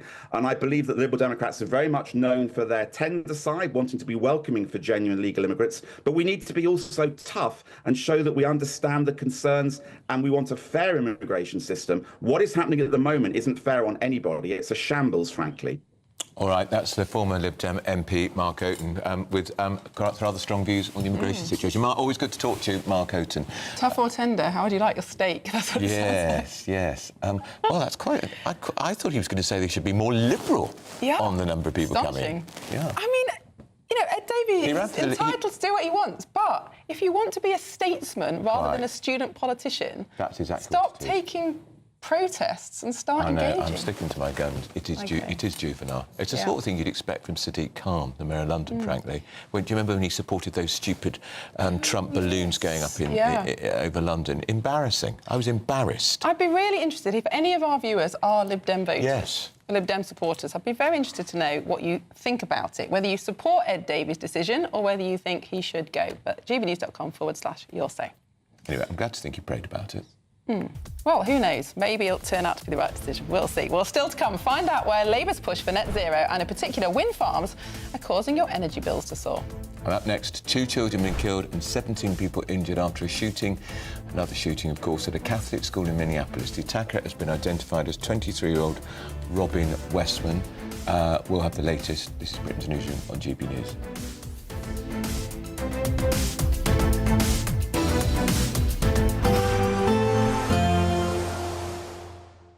I forecast a perfect holiday in the sun. Weather looking good then? For sure, and no worries about our travel insurance. All Clear Travel Insurance sponsors GB News Travel Destinations Forecast. Whilst across many areas around the Mediterranean, it's looking largely fine as we go through tomorrow. There is some heavy, thundery rain affecting some central parts. That all developed over parts of northern Spain and southern France and has then made its way east-northeastwards to affect parts of northern Italy through today and tomorrow into the Western Balkans by the end of the week. Otherwise, a lot of fine weather to be had away from those thundery downpours affecting some places. See you later. All Clear Travel Insurance sponsors GB News Travel Destinations Forecast. You want to know what's really going on in the corridors of power? Labour don't know what to do with you half the time, and that makes you quite lethal in the chamber. Get behind the headlines with Chopper's political podcast. Join me, Christopher Hope, as I sit down with the great and the good of British politics. We'll see where this ruling takes us. These are the stories shaping our nation. Chopper's political podcast, available now on all platforms. Listen in and stay ahead. At GB News, we love to hear from you, our loyal community. So drop us a line at gbnews.com/yoursay. There you can talk to each other and also to the presenters live on air. gbnews.com/yoursay, because GB News is your channel, Britain's news channel. Hi, I'm Michelle Dewberry, and my show is your opportunity to cut through all the noise and dive in headfirst to some robust debates. Ideas clash. Situation, No, isn't it? no, Because the failure is you're deliberately avoiding my point. Nothing's held back, And if you think this is the end of it, wait for more. and we do not shy away from the difficult stuff. Sometimes I want to shake people and say, if only you understood. So join me on Jubes & Co. weeknights at 6 p.m, only on GB News, Britain's news channel. Join me, Nana Okoye, for an informative, interactive news programme with a difference. It's fun. No, he didn't say that, Dave. I'm so surprised. I think there's an element of truth to that. Join me from 3 p.m. every weekend, only on GB News, Britain's news channel. Westminster's full of talk, but out here, it's the real world. Am I allowed to talk now? No, that's it. This is where it matters, real people and real lives. That's what politics is all about. In fact, has Trump made a good start? No. Straight answers, no spin, and just a couple of pints. How many fingers have I got up? About 10. So join me for Lee Anderson's Real World every Friday at 7 p.m, only on GB News. The People's Channel, Britain's news channel.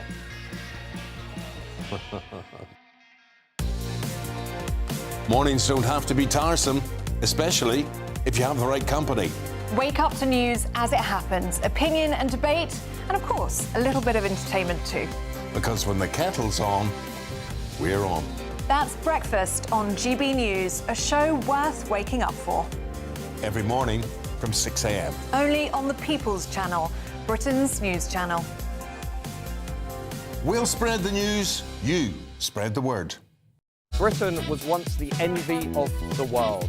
But look around. A nation that no longer knows what it is or where it's going. A country that's broken. How do we fix Britain? How do we bring it back? Friday night with Matt Goodwin at 8 p.m. Only on GB News.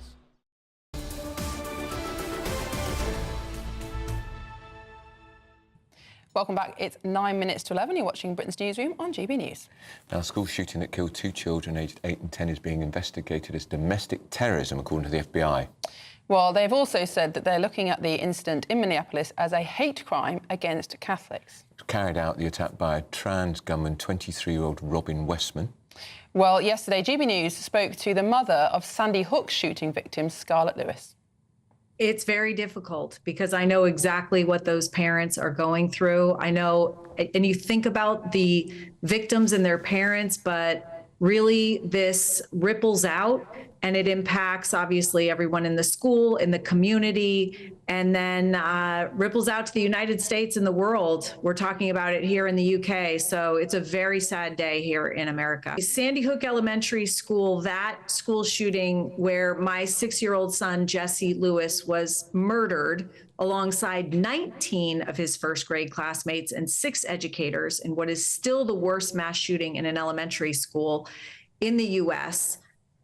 You know, I realized as the mom of a child going to school that what happened that day was 100% preventable. Well, GB News' Deputy News Editor, Dimitris Komsidis, joins us now. Dimitris, a tragic story. What do we know about the investigation so far? So the incident took place yesterday at around 8:30 a.m. local time, which is about 2:30 p.m. British time. And it was on the third day of the school term, coming from the summer holidays. The children had gone to church for mass, and the shooter, Robin Westman, who had graduated from the school in 2017, then shot at the children and at some parishioners who weren't necessarily connected to the school. So we don't actually know if they shot from inside the church or from outside, but what we do know, as you mentioned, is that 2 kids were dead, 17 others injured. 14 of them were children and 3 were people in their 80s. And 7 kids right now are in critical condition in hospital, with 4 of them needing surgery. And what happened to the gunman? The gunman took their own life. The gunman's dead. And of course, he was born male, identified as trans, changed his name to Robin from Robert some years ago, but not the first shooting by a trans-identified individual in the States. There'll clearly be some investigations, but also potentially politically motivated.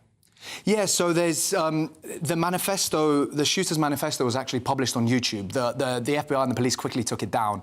But as from what they've seen is that there was some anti-Trump rhetoric in the manifesto, and on the gun they even had anti-Trump rhetoric written on it. Disgusting, isn't it?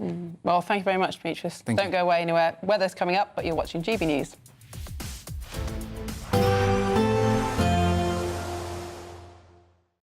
Today, clouds overhead, total zen within. Box Solar sponsors the weather on GB News.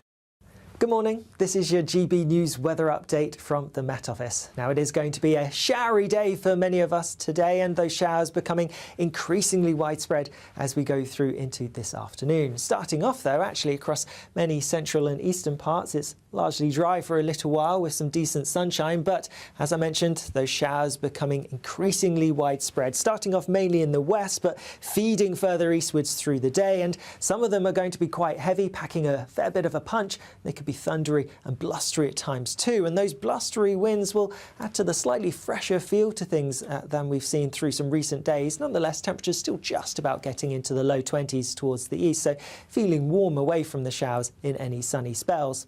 As we go through the evening, a showery picture across much of Scotland towards western parts of Scotland, perhaps the showers merging into some longer spells of rain for a time, and also across Northern Ireland there could be a spell of something a little bit more persistent rain-wise pushing through. Otherwise there across England and Wales, well yes, there's some fairly frequent showers, but there could also be some bright sunny spells, so a bit of late sunshine around for a few of us. Then overnight the showery theme continues, especially across northern and western parts. Greater chance of staying dry towards the east-southeast, albeit later on in the night a swathe of cloud and showery rain feeds its way eastwards across the English Channel, and that could bring some wetter weather to the southeast as we head towards dawn.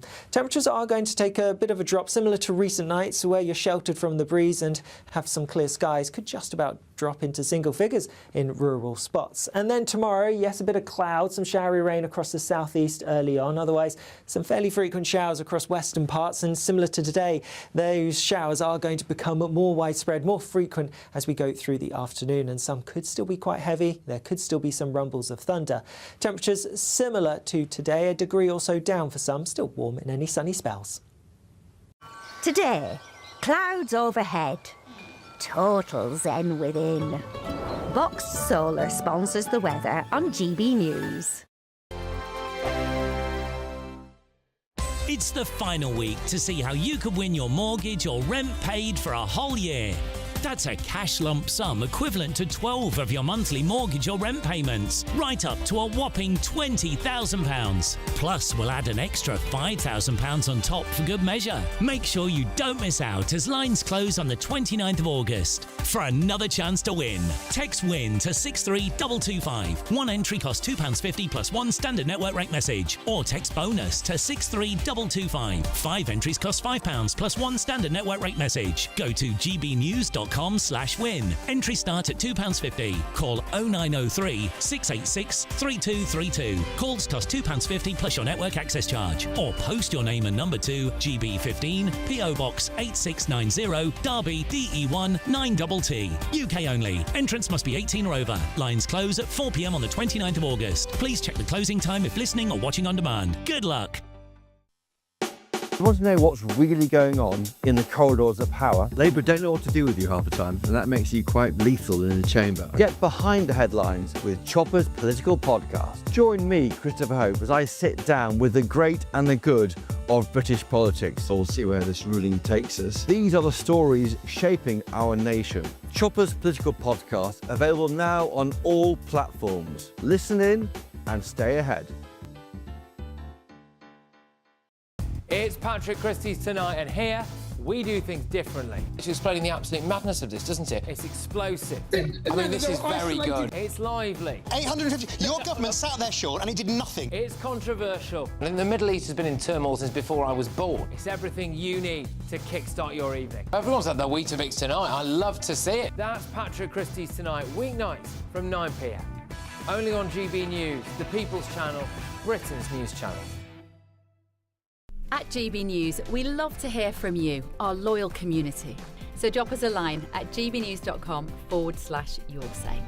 There you can talk to each other and also to the presenters live on air. gbnews.com/yoursay, because GB News is your channel, Britain's news channel. Join me, Nana Akweer, for an informative, interactive news programme with a difference. It's fun. No, he didn't say that, though. I'm so surprised. I think there's an element of truth to that. Join me from 3 p.m. every weekend, only on GB News, Britain's news channel. In the GB Newsroom, we bring you the news as it happens. With our team of dedicated journalists across the UK, we're ready to keep you up to date with what's happening every half an hour, every single day. Bulletins here on GB News, the People's Channel, Britain's news channel.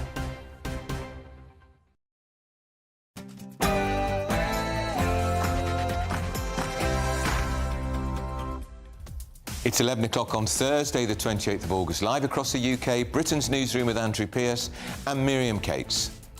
Well, the Migrant Hotel battle is ongoing. The Home Office's bid to challenge the decision to stop the Bell Hotel in Epping from housing asylum seekers is being heard in court this morning.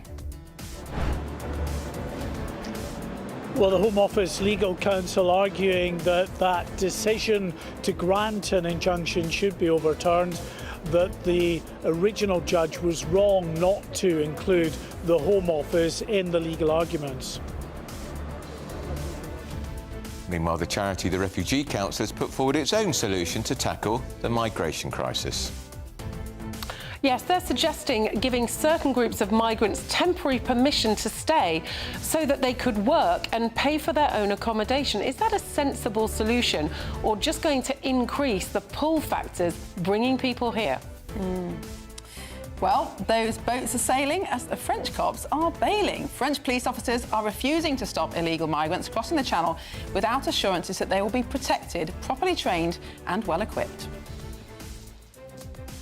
Anybody who is using this as an opportunity to villainize our trans community or any other community out there has lost their sense of common humanity.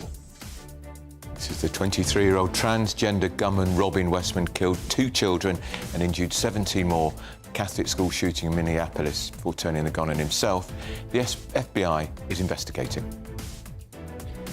And Ryanair boss Michael O'Leary is giving his staff bigger bonuses for spotting oversized cabin bags, and he's not apologising for doing so. But my chance as the leader of the Liberal Democrats at this moment is to send this message by not going to the banquet, and we can put pressure on our Prime Minister to make it clear to President Trump on his state visit that this really needs to happen. That's Sir Ed Davey, the Lib Dem leader, leading. He's going to boycott the state banquet for Donald Trump's state visit because of the ongoing humanitarian crisis in Gaza. We wondered if Trump might have this sort of message for the Lib Dems. Don't know what they're doing. Do you understand that?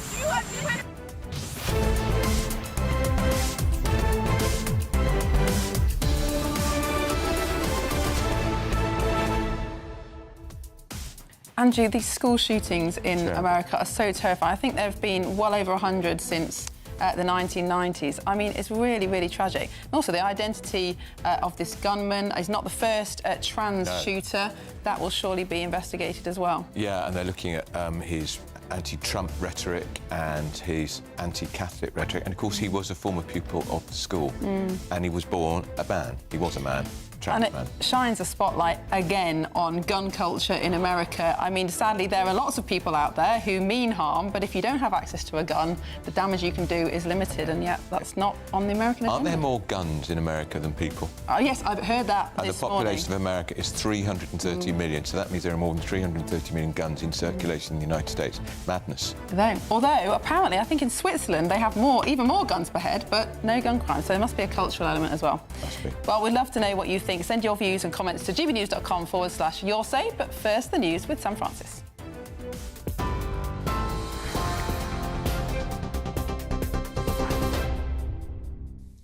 Very good morning to you. Just after 11 o'clock, the top story this hour. The row over asylum seeker hotels has now reached the Court of Appeal.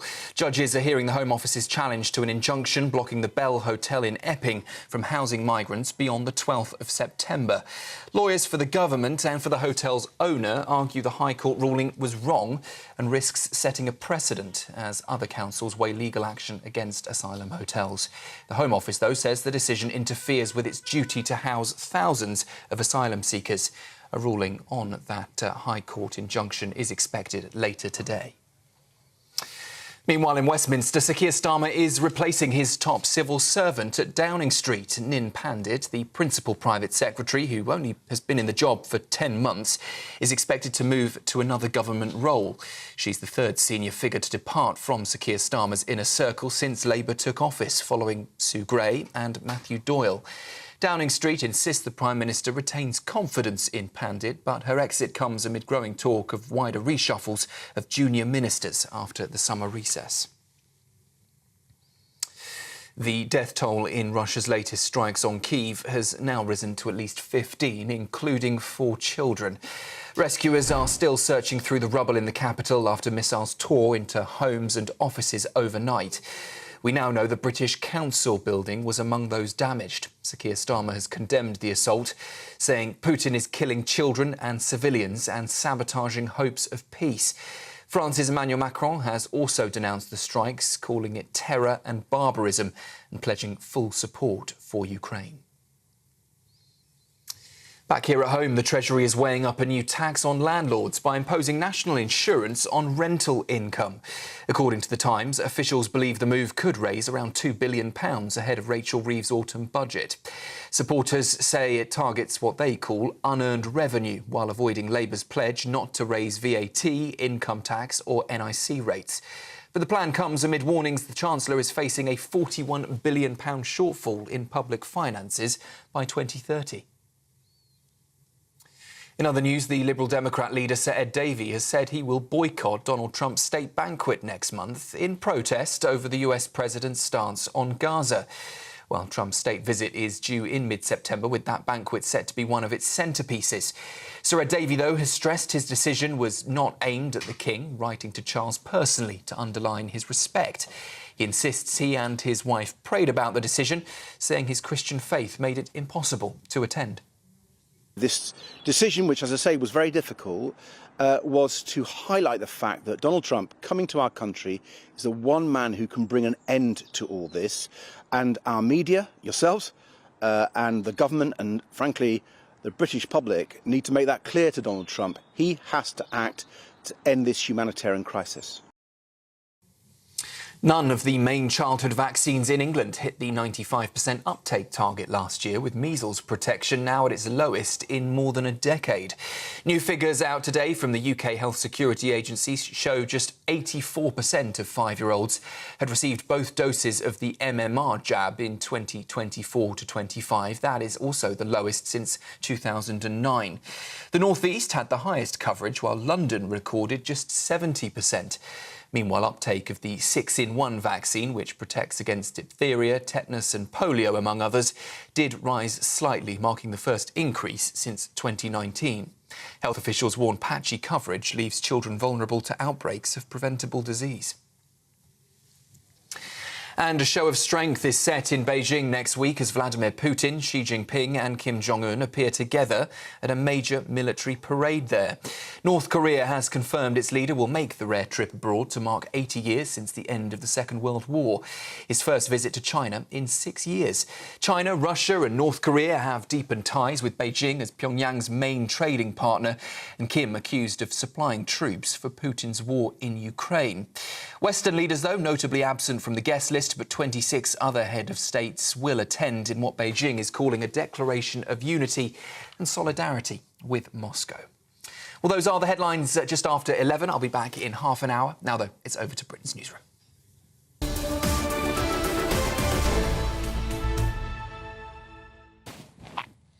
Hello, welcome back to Britain's Newsroom. We're live across the United Kingdom on GB News with Andrew Pearce and Miriam Cates.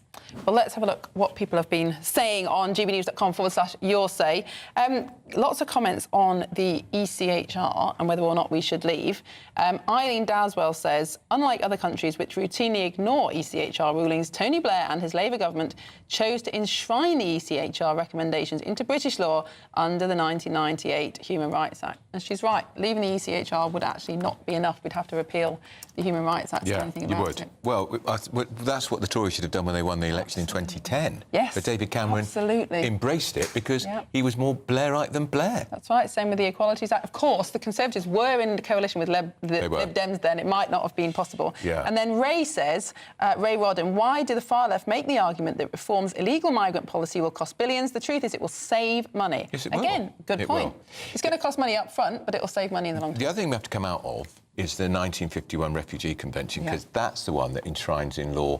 It's called refoulement, isn't it? Yes, in other words, refoulement. you can't send someone back to a country where they could be in peril. Which means, in theory, that if the entire population of Afghanistan were to leave it right now, no country would be able to send them back, which is obviously crazy. Unpractical. Yeah, it was of its time, 1951, that's right. and these things have just got to be updated. And here in Britain, we have an incredible human rights record going back many, many centuries. The idea that we didn't have human rights before those international laws is just not true. Yes, and also we don't need a European court sticking its flipping nose in. Well, times are changing. We'll see what happens. Well, on the issue of migration, the Home Office is appealing a High Court ruling that has temporarily blocked housing asylum seekers at the Bell Hotel in Epping. So it's also seeking to appeal over the court's decision to prevent the government from intervening in this case. Now, this all comes after Number 10 warned that the ruling could disrupt asylum housing across the country. Let's talk to GB News Home Security Editor Mark White, who is at the Royal Courts of Justice. Mark, the appeal is underway. Are we expecting a puff of white smoke today? Well, we really don't know how this might play out, whether the judges will come up with a written judgment either today or perhaps overnight. Clearly, they're aware of the urgency involved here because the hotel's owners, Somani Hotels, along with the Home Office and its contractors, have been given till the 12th of September to move those asylum seekers out of the Bell Hotel in Epping. So there's a matter of urgency around these proceedings. Now, hearing from both the counsel for the Home Office and also for Somani Hotels, the owner of the Bell Hotel, first of all, the Home Office counsel saying that, you know, the judge in making his ruling last week that an injunction should be granted to the council with regard to the Bell Hotel erred, made a mistake in not allowing the Home Secretary and her legal team to be heard at the proceedings. However, he did go on to acknowledge that with the benefit of hindsight, then they should have actually sought to inject themselves into the process a lot earlier than they did. You know, the previous week, for instance, not last week as the judge was actually sitting down to give his ruling. And at that point, the Home Office said it would like to be heard on this issue. And so the Home Office counsel arguing as well that it's such an important issue because of the way in which it impacts the ability of the Home Secretary to carry out her statutory duties to house these asylum seekers up and down the country. And Somani Hotels, likewise, you know, are appealing the decision to grant that interim injunction. It was granted, remember, among other things, on a narrow point over planning approval. The fact that so many hotels had not sought planning approval to change the use of the hotel from a normal hotel to effectively an asylum hostel. Well, Somani Group, through their KC, saying here today that there's no requirement under planning legislation to put in those change of use planning laws, as the judge had suggested. And again, they suggest that the judge erred in making that determination. Mark, Somani Hotels is quite a small organisation. Many of the contractors housing migrants are much, much larger, with multiple hotels across the country. Do we know whether or not those hotel chains, those contractors who probably have expensive lawyers, did actually do their due diligence and put in for change of use? Potentially, could this be a bit of a damp squib as far as the other hotels are concerned? Well, I'm not hearing that many hotels fall into the category of actually seeking planning permission for a change of use. You remember that there were some legal action, about half a dozen cases, that took place back in 2022 on a similar narrow point around planning legislation. And on that occasion, the judge effectively threw out those cases. So it may have been from that point on that the various hotel groups and the contractors felt it wasn't necessary to go down the road of gaining planning permission. Clearly, going forward, there may well be planning applications going in, but that doesn't mean, of course, if they do that a local authority is going to grant that planning application. It's a kind of, in doing that, in being proactive about trying to go through the hurdles that you might have to do to ensure you don't fall foul of a high court decision, you then give the local authority the opportunity to turn down the change of use. So I'm not sure that the big hotel contractors would want to go down that particular route. They will just be hoping that the appeal here goes in their favour. Mark White, thank you very much, outside the Royal Courts of Justice there. There's going to be great nervousness in the Home Office and government over this. Well, because 32,000 migrants in hotels, if the government lose this case, they're going to have to find... they'll all be... every council want them out. They will, but if they win it, the political ramifications of it will be huge, because most people, as Catherine was saying earlier, have just had enough. They want really the problem sorted.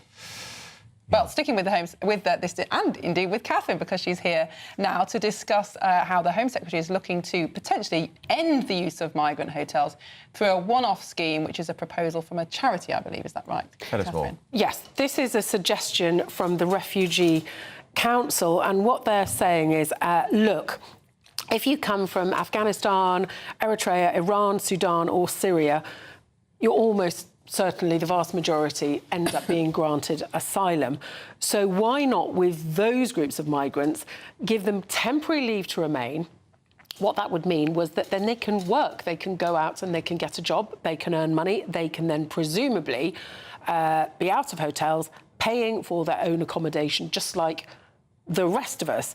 And they say that if the Home Secretary did this, they could empty the asylum hotels by March. Of course, at the moment, they're just saying by the end of the next Parliament. So it would get the Home Office out of a hole. But on the other hand, we've already got these huge pull factors driving so many people across from France, a safe country, because they feel they get put up in a hotel, they get reward, letting people work. Wouldn't that just massively increase the pull factors and encourage even more people to come? Of course it would. They'd be coming in even greater numbers. And there's already a view, Catherine, that the gangs are going to get even more people across the water even quicker because of Farage and his plans. So they're going to go flat out in the next few years to get even more across the channel. Well, very likely. I mean, 4 years to the next election, in theory. Yeah. We never know what's around the corner. But yes, and even, and I've had so many government announcements, and I've been with a PM in Rome when he was talking to Giorgia Meloni, and the government is pulling lots of levers, trying to do lots of different things to get the problem under control. But look, for all they say that they're making good progress, the numbers speak. for themselves. The numbers in hotels are up 8% in a year, and the numbers crossing the Channel are up 50%. So in terms of the one-in, one-out deal with France, we're told they've detained 100 people ready to send back. Is that going to be a deterrent? It's a pilot scheme. France could pull the plug on it at any moment. Will it work? And also now we hear the French government on the verge of collapse. That agreement for French police to intervene in shallow waters, which they can't do at the moment, that was supposed to come in by the end of the year. That may now fall by the wayside. So it feels like whatever the government tries to do, it doesn't seem to be having much success. Yes, they are processing people more quickly. Yes, it's costing less to house people in hotels, largely because they're being put up 2 in a room rather than 1. But overall, the picture I think most people would see is of total failure, just like the Conservatives failed to get a grip on it. The Tories were punished very heavily at the last election, and I think Labour will be too. Catherine, just going back to this suggestion by the Refugee Council to just grant asylum to every single asylum seeker in a hotel from these 5 particular countries, Afghanistan, Eritrea. Now, we know that the asylum system is creaking. It takes very long for the decisions to make, and the majority of people from these countries are given asylum. But nevertheless, nearly 40% of Iranians are currently refused asylum. But under this scheme, everybody, with no checks, no discussion of whether or not they had criminal records in their home country, would just be accepted into Britain. Well, they are saying that there would be stringent checks. They're also saying, and I think this is important, that it would be temporary right to stay. But of course, as we've seen, once people are in the country, they disappear. Even if you want to get them out, it's incredibly difficult, because either they just vanish or they appeal. Yeah. And these are countries that we are not allowed to return people to under the ECHR. And the average time for an appeal at the moment is 53 weeks a year. Wow. It's extraordinary, isn't it? Wow, yeah.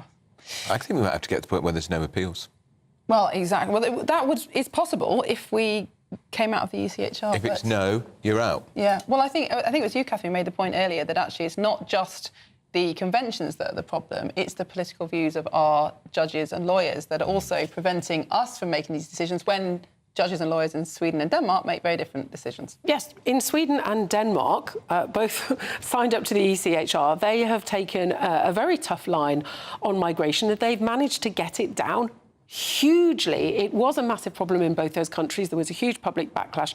They have really got it under control, and they've done it within all of these international conventions. So the press conference with Nigel Farage the other day, who of course is saying reform would take us out of the ECHR, the 1951 Refugee Convention and various other international charters, was mentioning those 2 countries, but saying, look, we just couldn't do that here because our lawyers, our judges, just won't wear it within the systems that we have at the moment.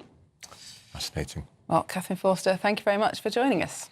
Now it's the final week, so you could live the next year mortgage or rent free with an additional £5,000 in your bank account. Or if you don't have those payments to make each month, lucky you could end up with £15,000 in tax-free cash. Here are all the details you need. Lines close tomorrow on your chance to win your mortgage or rent paid for a whole year.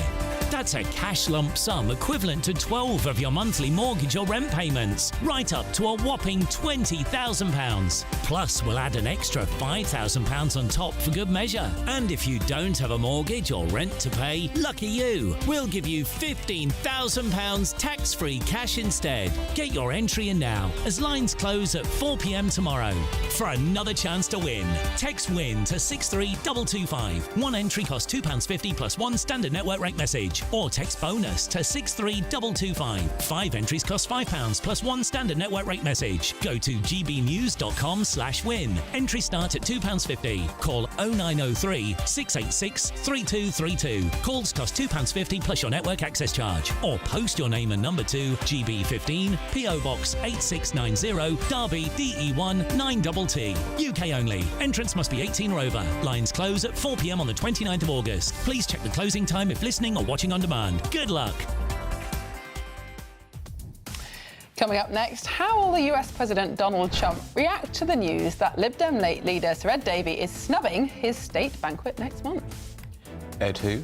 This is Britain's Newsroom, Britain's favourite morning show on GB News.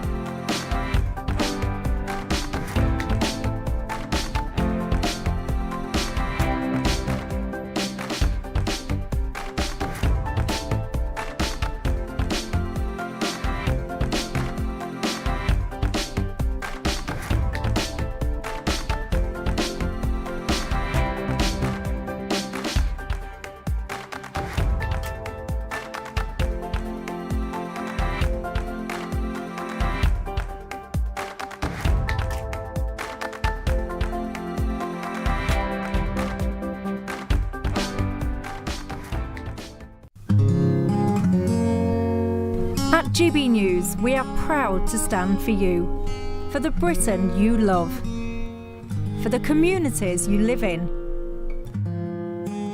That's what makes us the fearless champions of Britain. Its voices and its values. Because we, at GB News, the People's Channel, Britain's news channel. Mornings don't have to be tiresome, especially if you have the right company. Wake up to news as it happens, opinion and debate, and of course, a little bit of entertainment too. Because when the kettle's on, we're on. That's Breakfast on GB News, a show worth waking up for. Every morning from 6 a.m. Only on the People's Channel, Britain's news channel. We'll spread the news, you spread the word. From the school run to the home run, watch a new show for all of Britain. So he can say whatever he wants. A straight talking show where all voices are heard.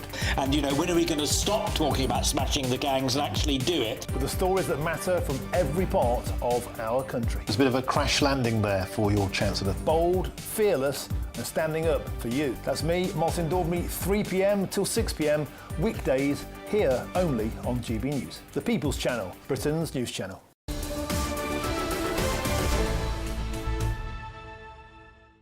11:25, Britain's Newsroom, live across the UK with Andrew and Miriam.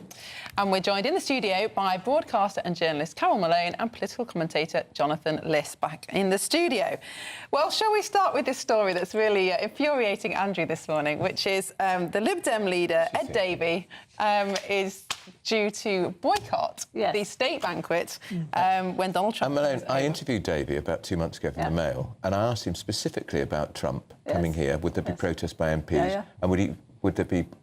I would not boycott the state banquet. He said that. He did. It's on the record. He said the invitation is from the monarch, it's from the king, and it's my duty to attend. It is totally disrespectful to King Charles for him not to go to this banquet, although I suspect Charles won't know whether he's there or not. But I think the idea that he says he's going to send a message to Trump about the humanitarian crisis and go, Trump has no idea who he is and cares even less. So his non-attendance would be nothing. He's a minnow, even in our political pond. So in the worldwide global political pond, he's a nobody. So the idea he's not going and that this is going to upset the world in some way it's farcical. He puts too much importance to his own position in politics. When was the last time he heard... Do you think they're going to wake up the president in the middle of the night and say, Sir Ed Davey's not going to the state banquet? It's not about, look, Ed Davey does not think that Donald Trump is going to care about this. That's not the purpose of it. Ed Davey has, 50, 60 MPs? I forget the 72. 72, exactly, so even more. So that's a sizable proportion of Parliament. He is the leader of the third biggest faction in Parliament, and... If you are a party who doesn't get a lot of publicity, who has strongly held views, I think we can all agree he has strongly held views on Trump. I don't think he's lying about his views on Trump. Then you have the position and the ability to make a certain statement when Trump comes to London on a state visit, which should never have been. Invited. He should never have been invited on a second state visit, particularly so shortly into his second tenure and when he's doing so many disgraceful things. The other day he said that I'm the president, I can do whatever I like. He said that people want a dictator. He's doing this in open sight. I think that if you're the Liberal Democrat leader, you have the right to make a protest against that. And it's not the first time it's happened.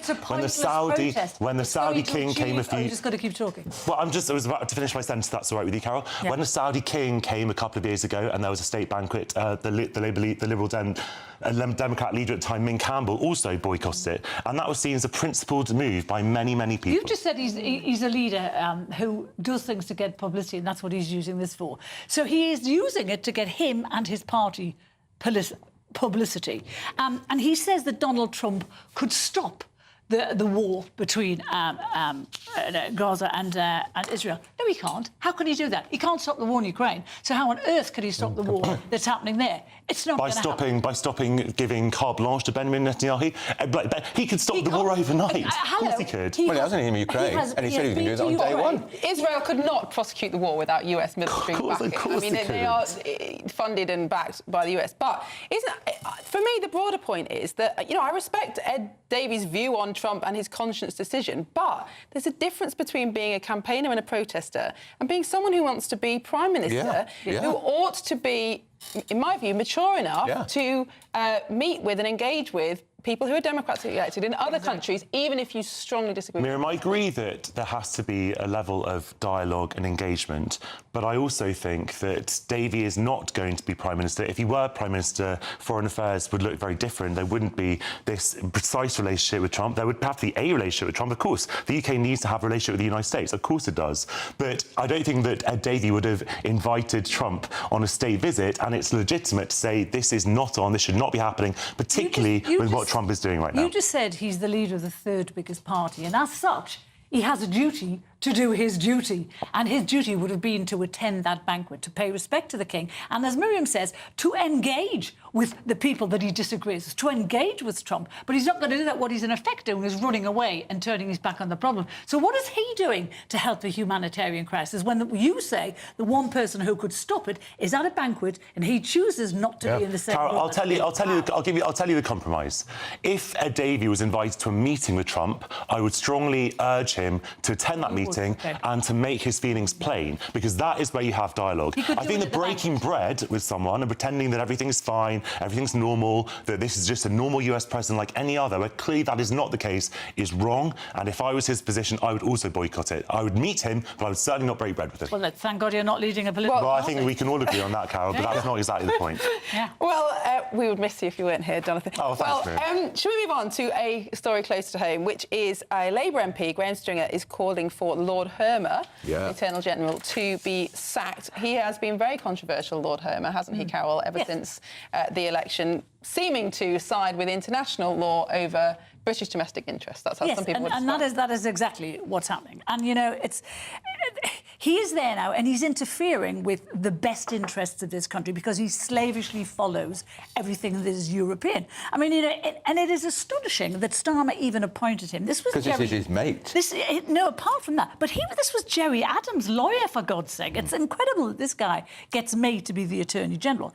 And, you know, he's actually saying that, you know, that Stringer, you know, he's blamed the surrender of the Shagos onto Hermer, and also the fact that we're having to pay for that.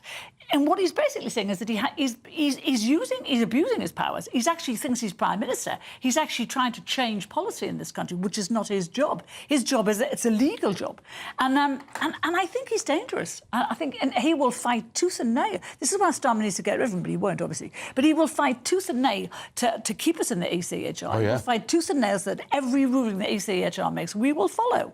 Well, Britain is in the ECHR. Starmer's not going to take us out. If Starmer starts fiddling with the ECHR, I think Hermer would resign. I don't think he would, because I think he wants the power, and I think that's the problem. Lord knows I have plenty to criticise Starmer about, but one thing I think that he's been steadfast on is Britain's commitment to its international obligations, international treaties. If we start withdrawing from these conventions, from these treaties, not just the ECHR, but as Farage wants, the Refugee Convention, the Convention Against Torture, etc. Where does that leave Britain in the eyes of the world? We don't have hard power anymore. We have soft power. And that soft power depends on Britain doing things and sort of trying to set some kind of example, being part of the room, being a respected partner to We're say not respected. This is the world is laughing at us. Of course we are respected, We're Carol. not respected. They're laughing at us. You know, Trump every time he gets on stage makes a comment about our open borders, which is ridiculous. Well, I wouldn't set any store in what Trump says about anything. We're going to have to leave it there, unfortunately, but let us know what you think. gbnews.com/yoursay. 60-second news update now with the very nice Sam Francis.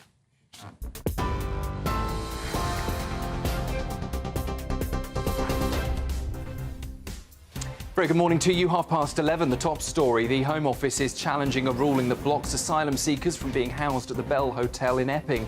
A Court of Appeal hearing is underway in London after judges imposed an injunction following weeks of protest at the site. Sir Keir Starmer has condemned the latest Russian attack on Ukraine, calling it senseless, and confirmed a British council building was damaged.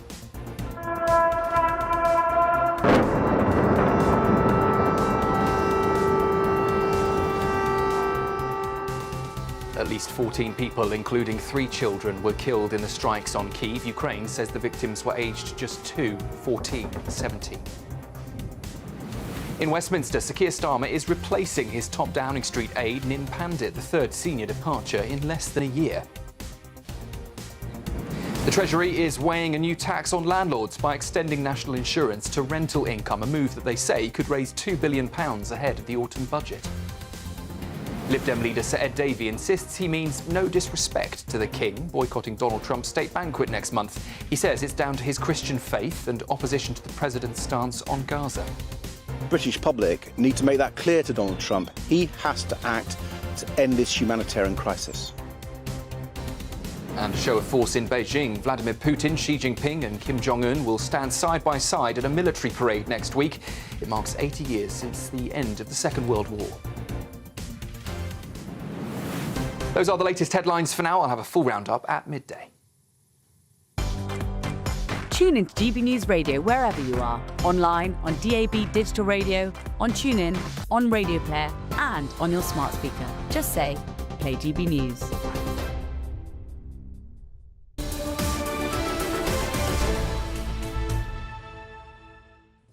Welcome back. And in less than half an hour, Good Afternoon Britain will be coming up with Cameron and Dawn, who are here in the studio. Studio, what's coming up? Good morning. Well, the leader of Liberal Democrats, Ed Davey, boycotting the state banquet next month at Windsor Castle. Absolutely extraordinary. What's really funny is a month ago he was saying the complete opposite, that he wouldn't boycott a state banquet because he didn't want to disrespect the King. He's been praying about it. He has. He's got a his very staunch Christian. Yes, he's got his conscience now. So we're going to ask, should that spare seat now be given to Nigel Farage? Yes. On the Reform Party. Yeah, exactly. Of course, leading in the polls. We've got the leader of Kent's Council, of course, Reform, Lyndon Cam-Corrin, on to give her take on what Sir Ed Davey has done. We'll also be speaking to the Lib Dems about that as well. But also, would the President of the United States really care what Davey thinks? As the royal correspondent, how do you think the royal family and the King particularly might respond? It's an invitation from the King, isn't it? Not from Donald Trump. It is. Of course, the King is all about soft power and he would want to bring everybody around the table to be civil. The whole point of him hosting this state banquet is to shore up relations between the United Kingdom and the United States.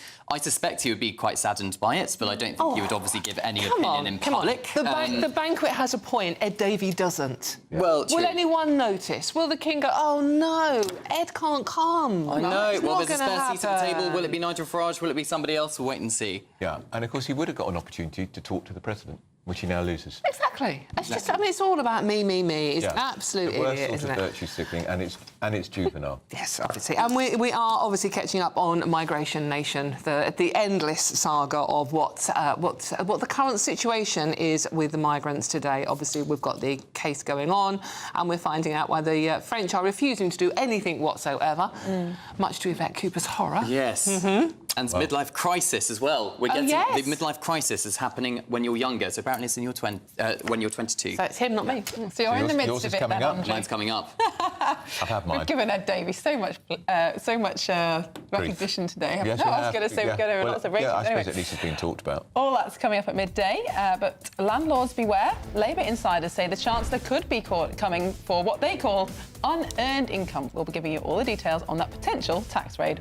This is Britain's Newsroom, GB News.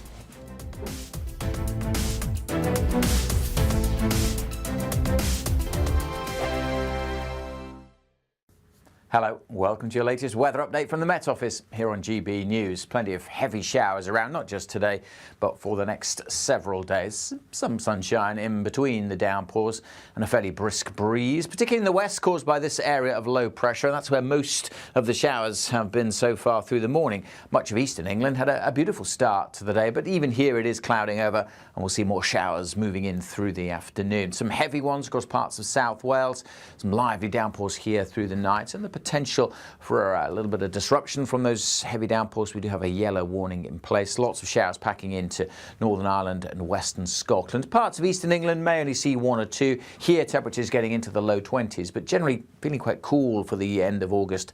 High teens and the brisk breeze and the frequent showers certainly making it feel Almost autumnal out there. Lots more showers to come as we head through this evening. A line of heavy downpours working into the west coast of Scotland and from west to east across Northern Ireland too.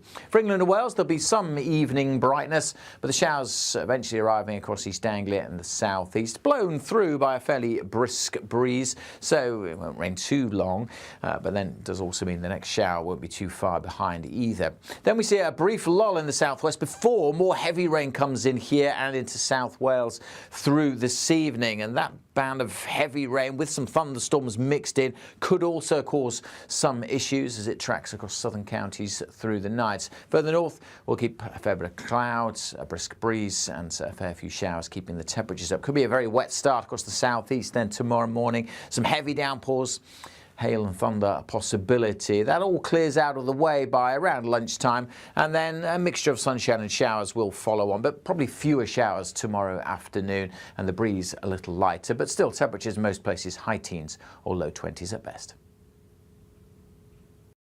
Westminster's full of talk, but out here, it's the real world. Am I allowed to talk now? No, that's it. This is where it matters, real people and real lives. That's what politics is all about. The fact that Trump made a good start, no. Straight answers, no spin, and just a couple of pints. How many fingers have I got up? About 10. So join me for Lee Anderson's Real World every Friday at 7 p.m. only on GB News. The People's Channel, Britain's news channel. You want to know what's really going on in the corridors of power? Labour don't know what to do with you half the time, and that makes you quite lethal in the chamber. Get behind the headlines with Chopper's Political Podcast. Join me, Christopher Hope, as I sit down with the great and the good of British politics. We'll see where this ruling takes us. These are the stories shaping our nation. Chopper's Political Podcast, available now on all platforms. Listen in and stay ahead.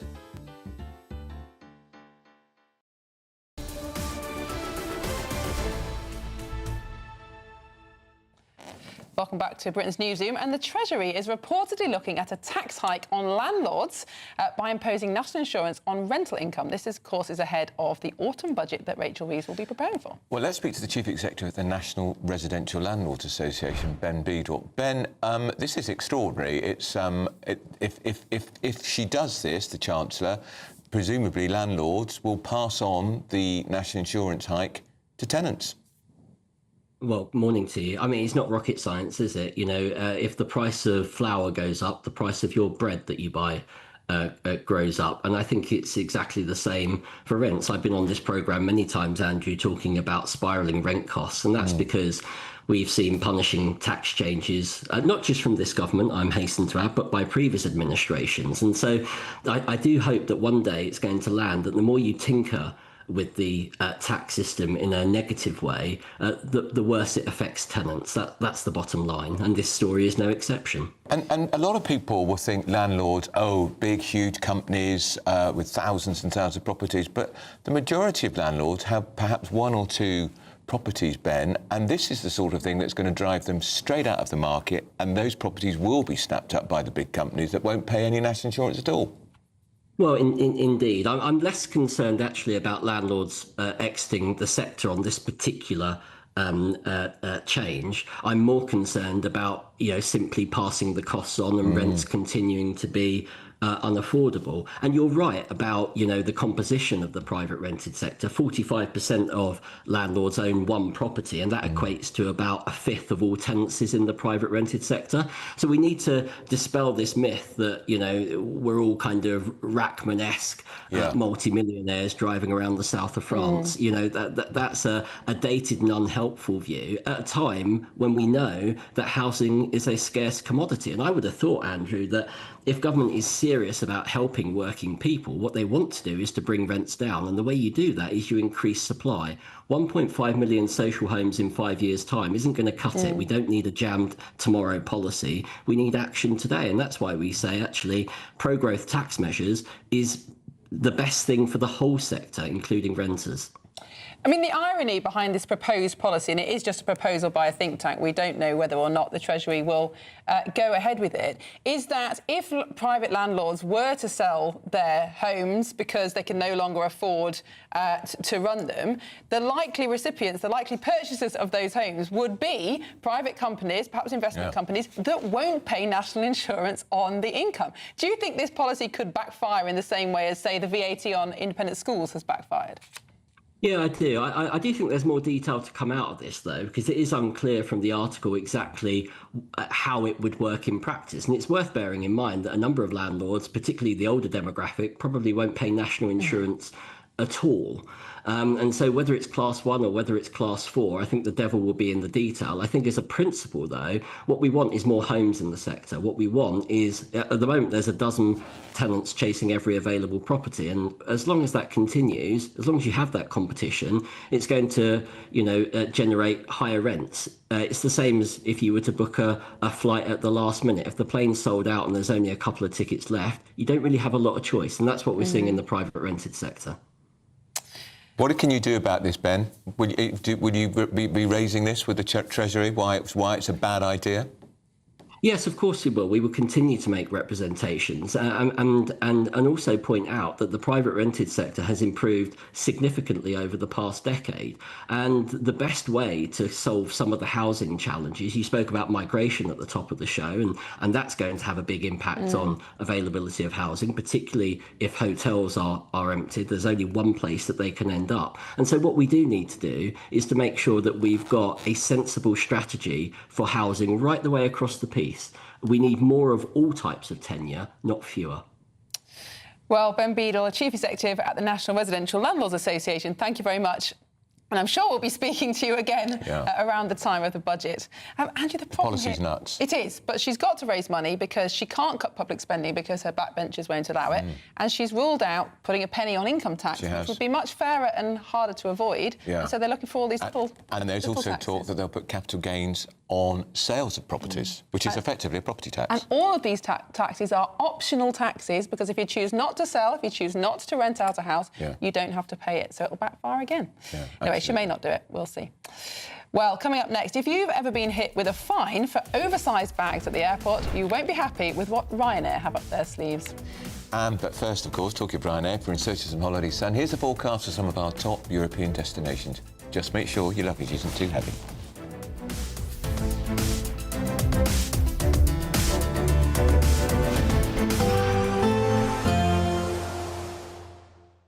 You're looking happy. Well, the forecast looks good.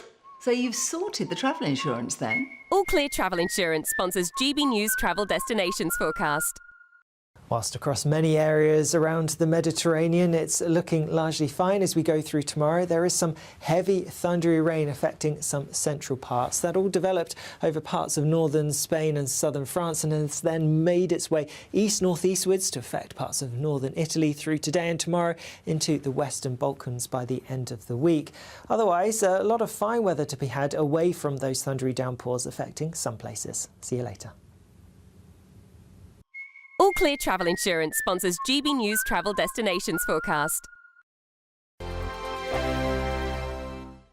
Welcome back to Britain's Newsroom with Andrew and Beth. Hello everyone, Patrick Christie's here. I'm Michelle Duke, Britain's News Channel.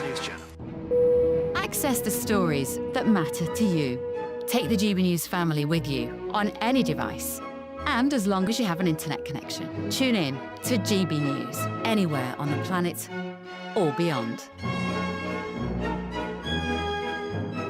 GB News, the People's Channel, Britain's news channel.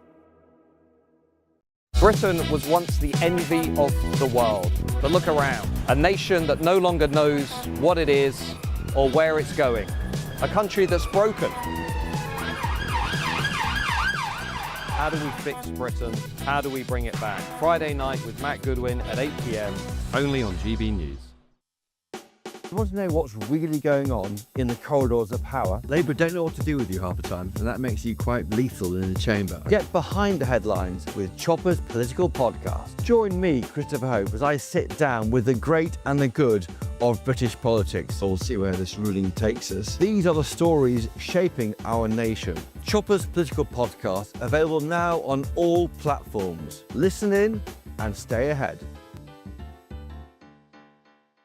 At GB News, we love to hear from you, our loyal community.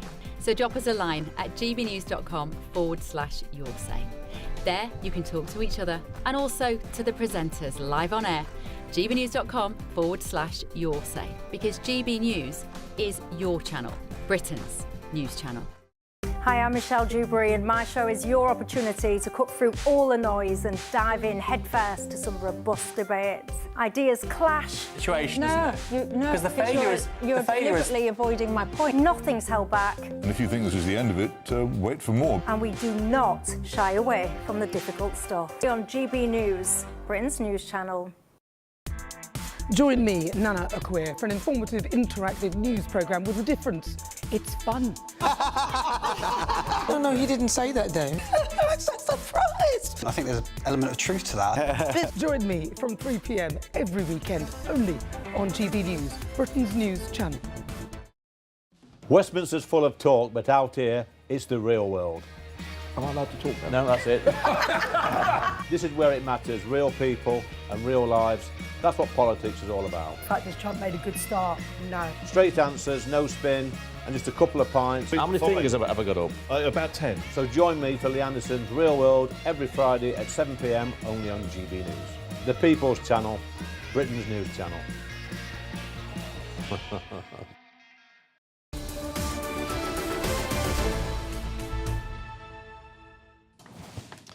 Welcome back. And Ryanair is planning to increase bonuses for staff who catch travellers carrying oversized cabin luggage. Yeah, so the airline boss, Michael O'Leary, says we want everybody to comply with the rules. If you comply with the rules, no issues. Well, he's also suggested that they'll be removing the £69 per month cap on bonuses, giving incentive to snitch on holidaymakers. Let's talk to the travel expert, Hayley Sparks, who joins us now. Hayley, this is going to be very unpopular with Ryanair passengers, isn't it? Yes, I think it is. I've been having a look at some of the feedback and comments online, and just an example, people are saying that they feel that Ryanair treat their customers more like enemies rather than passengers, and sort of focusing, even using language with some from Michael O'Leary, talking about scammers. I genuinely do believe that a lot of customers do make genuine mistakes when it comes to hand luggage, because there isn't a standard across the industry. So different budget airlines have different rules. Sometimes you're allowed a small case that you can pop in the overhead locker. When you travel a lot like I do, I got caught out in May. And again, I think now where people are checking themselves in, they don't get stopped at check-in. So it's that real embarrassment factor if you've made a mistake just before you board the plane. The fines are up to £75 per person. I've seen families in tears because, you know, they've had this massive fine. Maybe they've got 4 little cases that they thought they could put in the overhead locker that they're now being told they're going to get fined. It holds people up in the queue. It just creates a really bad feeling, an uncomfortable situation. And they're saying that over 200,000 passengers were fined last year. I just find it strange that they're not focusing more on customer service, because if you think about the customer satisfaction in most businesses, having a great positive experience will generate so much more in revenue if you've got happy customers that enjoy flying with you. I just think this is going to put people off personally. But from Ryanair's point of view, they've made their money, they've made their name, not from customer satisfaction, but from the price. And so it's in their interest to keep the prices down as much as possible. And the way they do that is by charging people extra for all the additional things that you might need in and around your flight. So from their point of view, you can see why they want people to know, they want the publicity that you can only get a bag on if you pay for it. I mean, I personally think this is perfectly legitimate.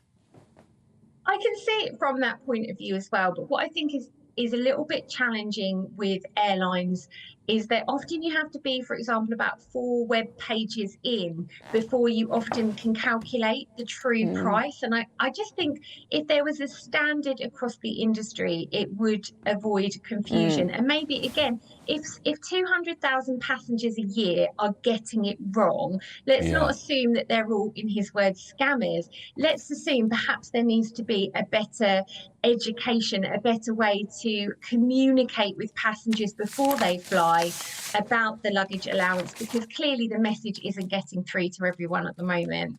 All right, that's the travel expert Hayley Sparks. Thanks so much for joining us. I just think air travel has just become miserable, and this is going to make it more miserable. Potentially, although 200,000 passengers, Ryanair do say, is a tiny, tiny percentage of their overall flyers. Still a lot of people getting it wrong. It is, and I do think that's a good point. Without a standardised luggage size, it's very difficult to plan ahead. Absolutely. Anyway, that's it from us. I'll be back tomorrow. And I'll see you next week. Up next, Good Afternoon Britain.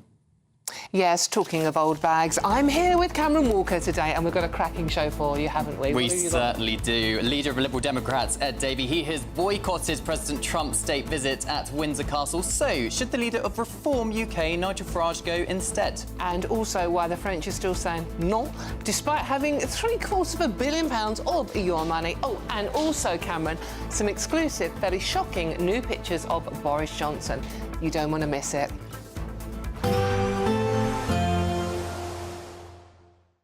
Expect warm spells with the odd rude interruption. Box Boiler sponsors the weather on GB News.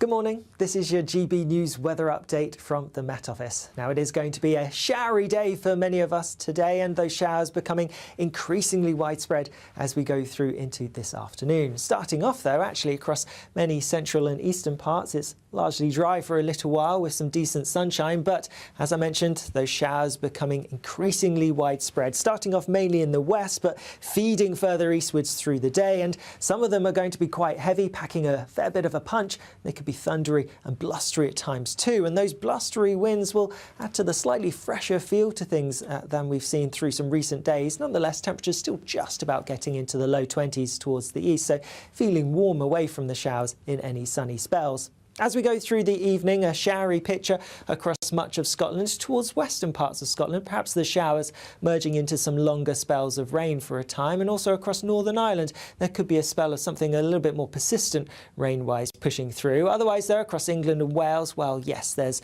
some fairly frequent showers, but there could also be some bright sunny spells, so a bit of late sunshine around for a few of us. Then overnight the showery theme continues, especially across northern and western parts. Greater chance of staying dry towards the east-southeast, albeit later on in the night a swathe of cloud and showery rain feeds its way eastwards across the English Channel, and that could bring some wetter weather to the southeast as we head towards dawn.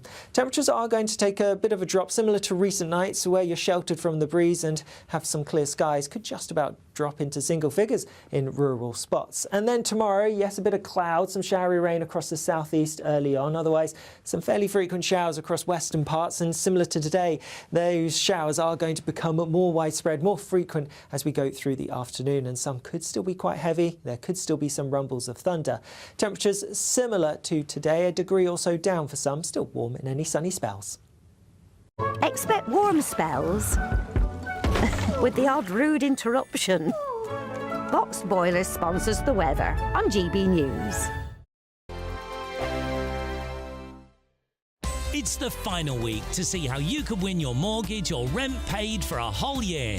That's a cash lump sum equivalent to 12 of your monthly mortgage or rent payments, right up to a whopping £20,000. Plus, we'll add an extra £5,000 on top for good measure. Make sure you don't miss out as lines close on the 29th of August. For another chance to win, text WIN to 63225. One entry costs £2.50 plus one standard network rate message, or text BONUS to 63225. 5 entries cost £5 plus one standard network rate message. Go to gbnews.com/win.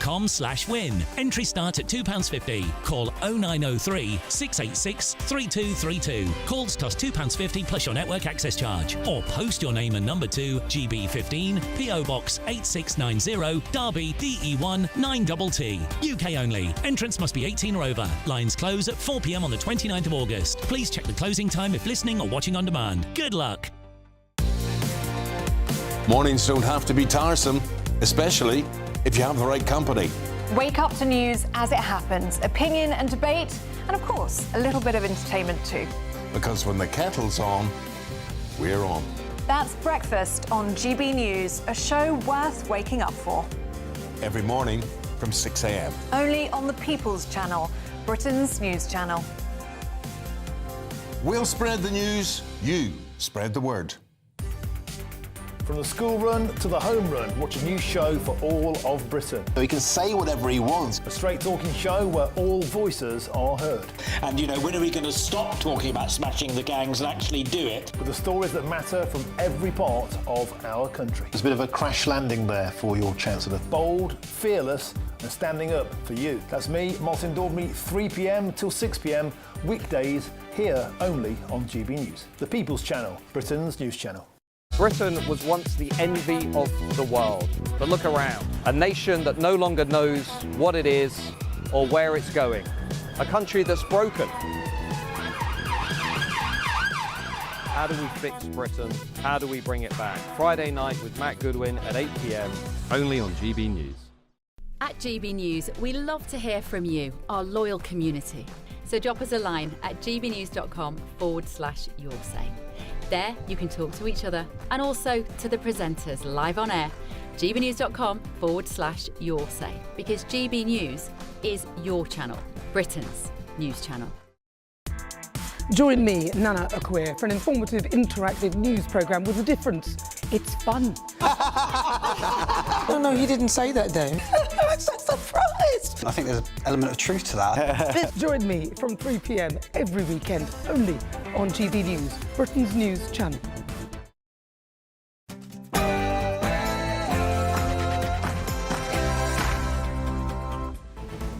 Good afternoon, Britain. It's 12 o'clock on Thursday, the 28th of August. I'm Cameron Walker. And I'm Dawn Newsroom. OK, Yvette Cooper could end the use of migrant hotels by March with a one-off scheme giving asylum seekers from 5 countries temporary permission to stay, allowing Afghans, Syrians and others with high asylum success rates to work and rent homes while claims are being processed. A sensible step to get the government out of a hole on asylum hotels and maybe save some money, or yet another reason which will encourage people to make that crossing across the channel, making the situation even worse. What do you think? Well, this comes as the High Court is currently considering the decision to block the Bell Hotel in Essex from housing migrants. If the government wins, the hotel will be allowed to keep housing asylum seekers there. And Sir Keir Starmer is replacing a top civil servant in his Downing Street office, the third one actually. This a third aide to step down in less than a year. Is this yet more proof of chaos behind the scenes at number 10? Not a great year for him. And will Ed Davey snub the invitation to Donald Trump's state banquet? Here's what he said in the spring. I would go because I'm not going to disrespect our monarch. So go on. Shall I say? Well, you can imagine the surprise what he said on GB News Breakfast this morning. My chance as the leader of the Liberal Democrats at this moment is to send this message by not going to the banquet, and we can put pressure on our Prime Minister to make it clear to President Trump on his state visit that this really needs to happen. I am lost for words. Any case, so it looks like he will boycott the banquet for Donald Trump's state visit due to the humanitarian crisis in Gaza. What do you make? Do you think Trump would even notice he's not there? And Prince Harry will be back in the UK for the World Child Awards early next month. And get a load of this shocker. It is, well, do you recognise who that is? He's lost some weight, is a bit of a blonde bombshell. And a beard, Dawn. Yeah, it is Boris Johnson on his hollies. Look at...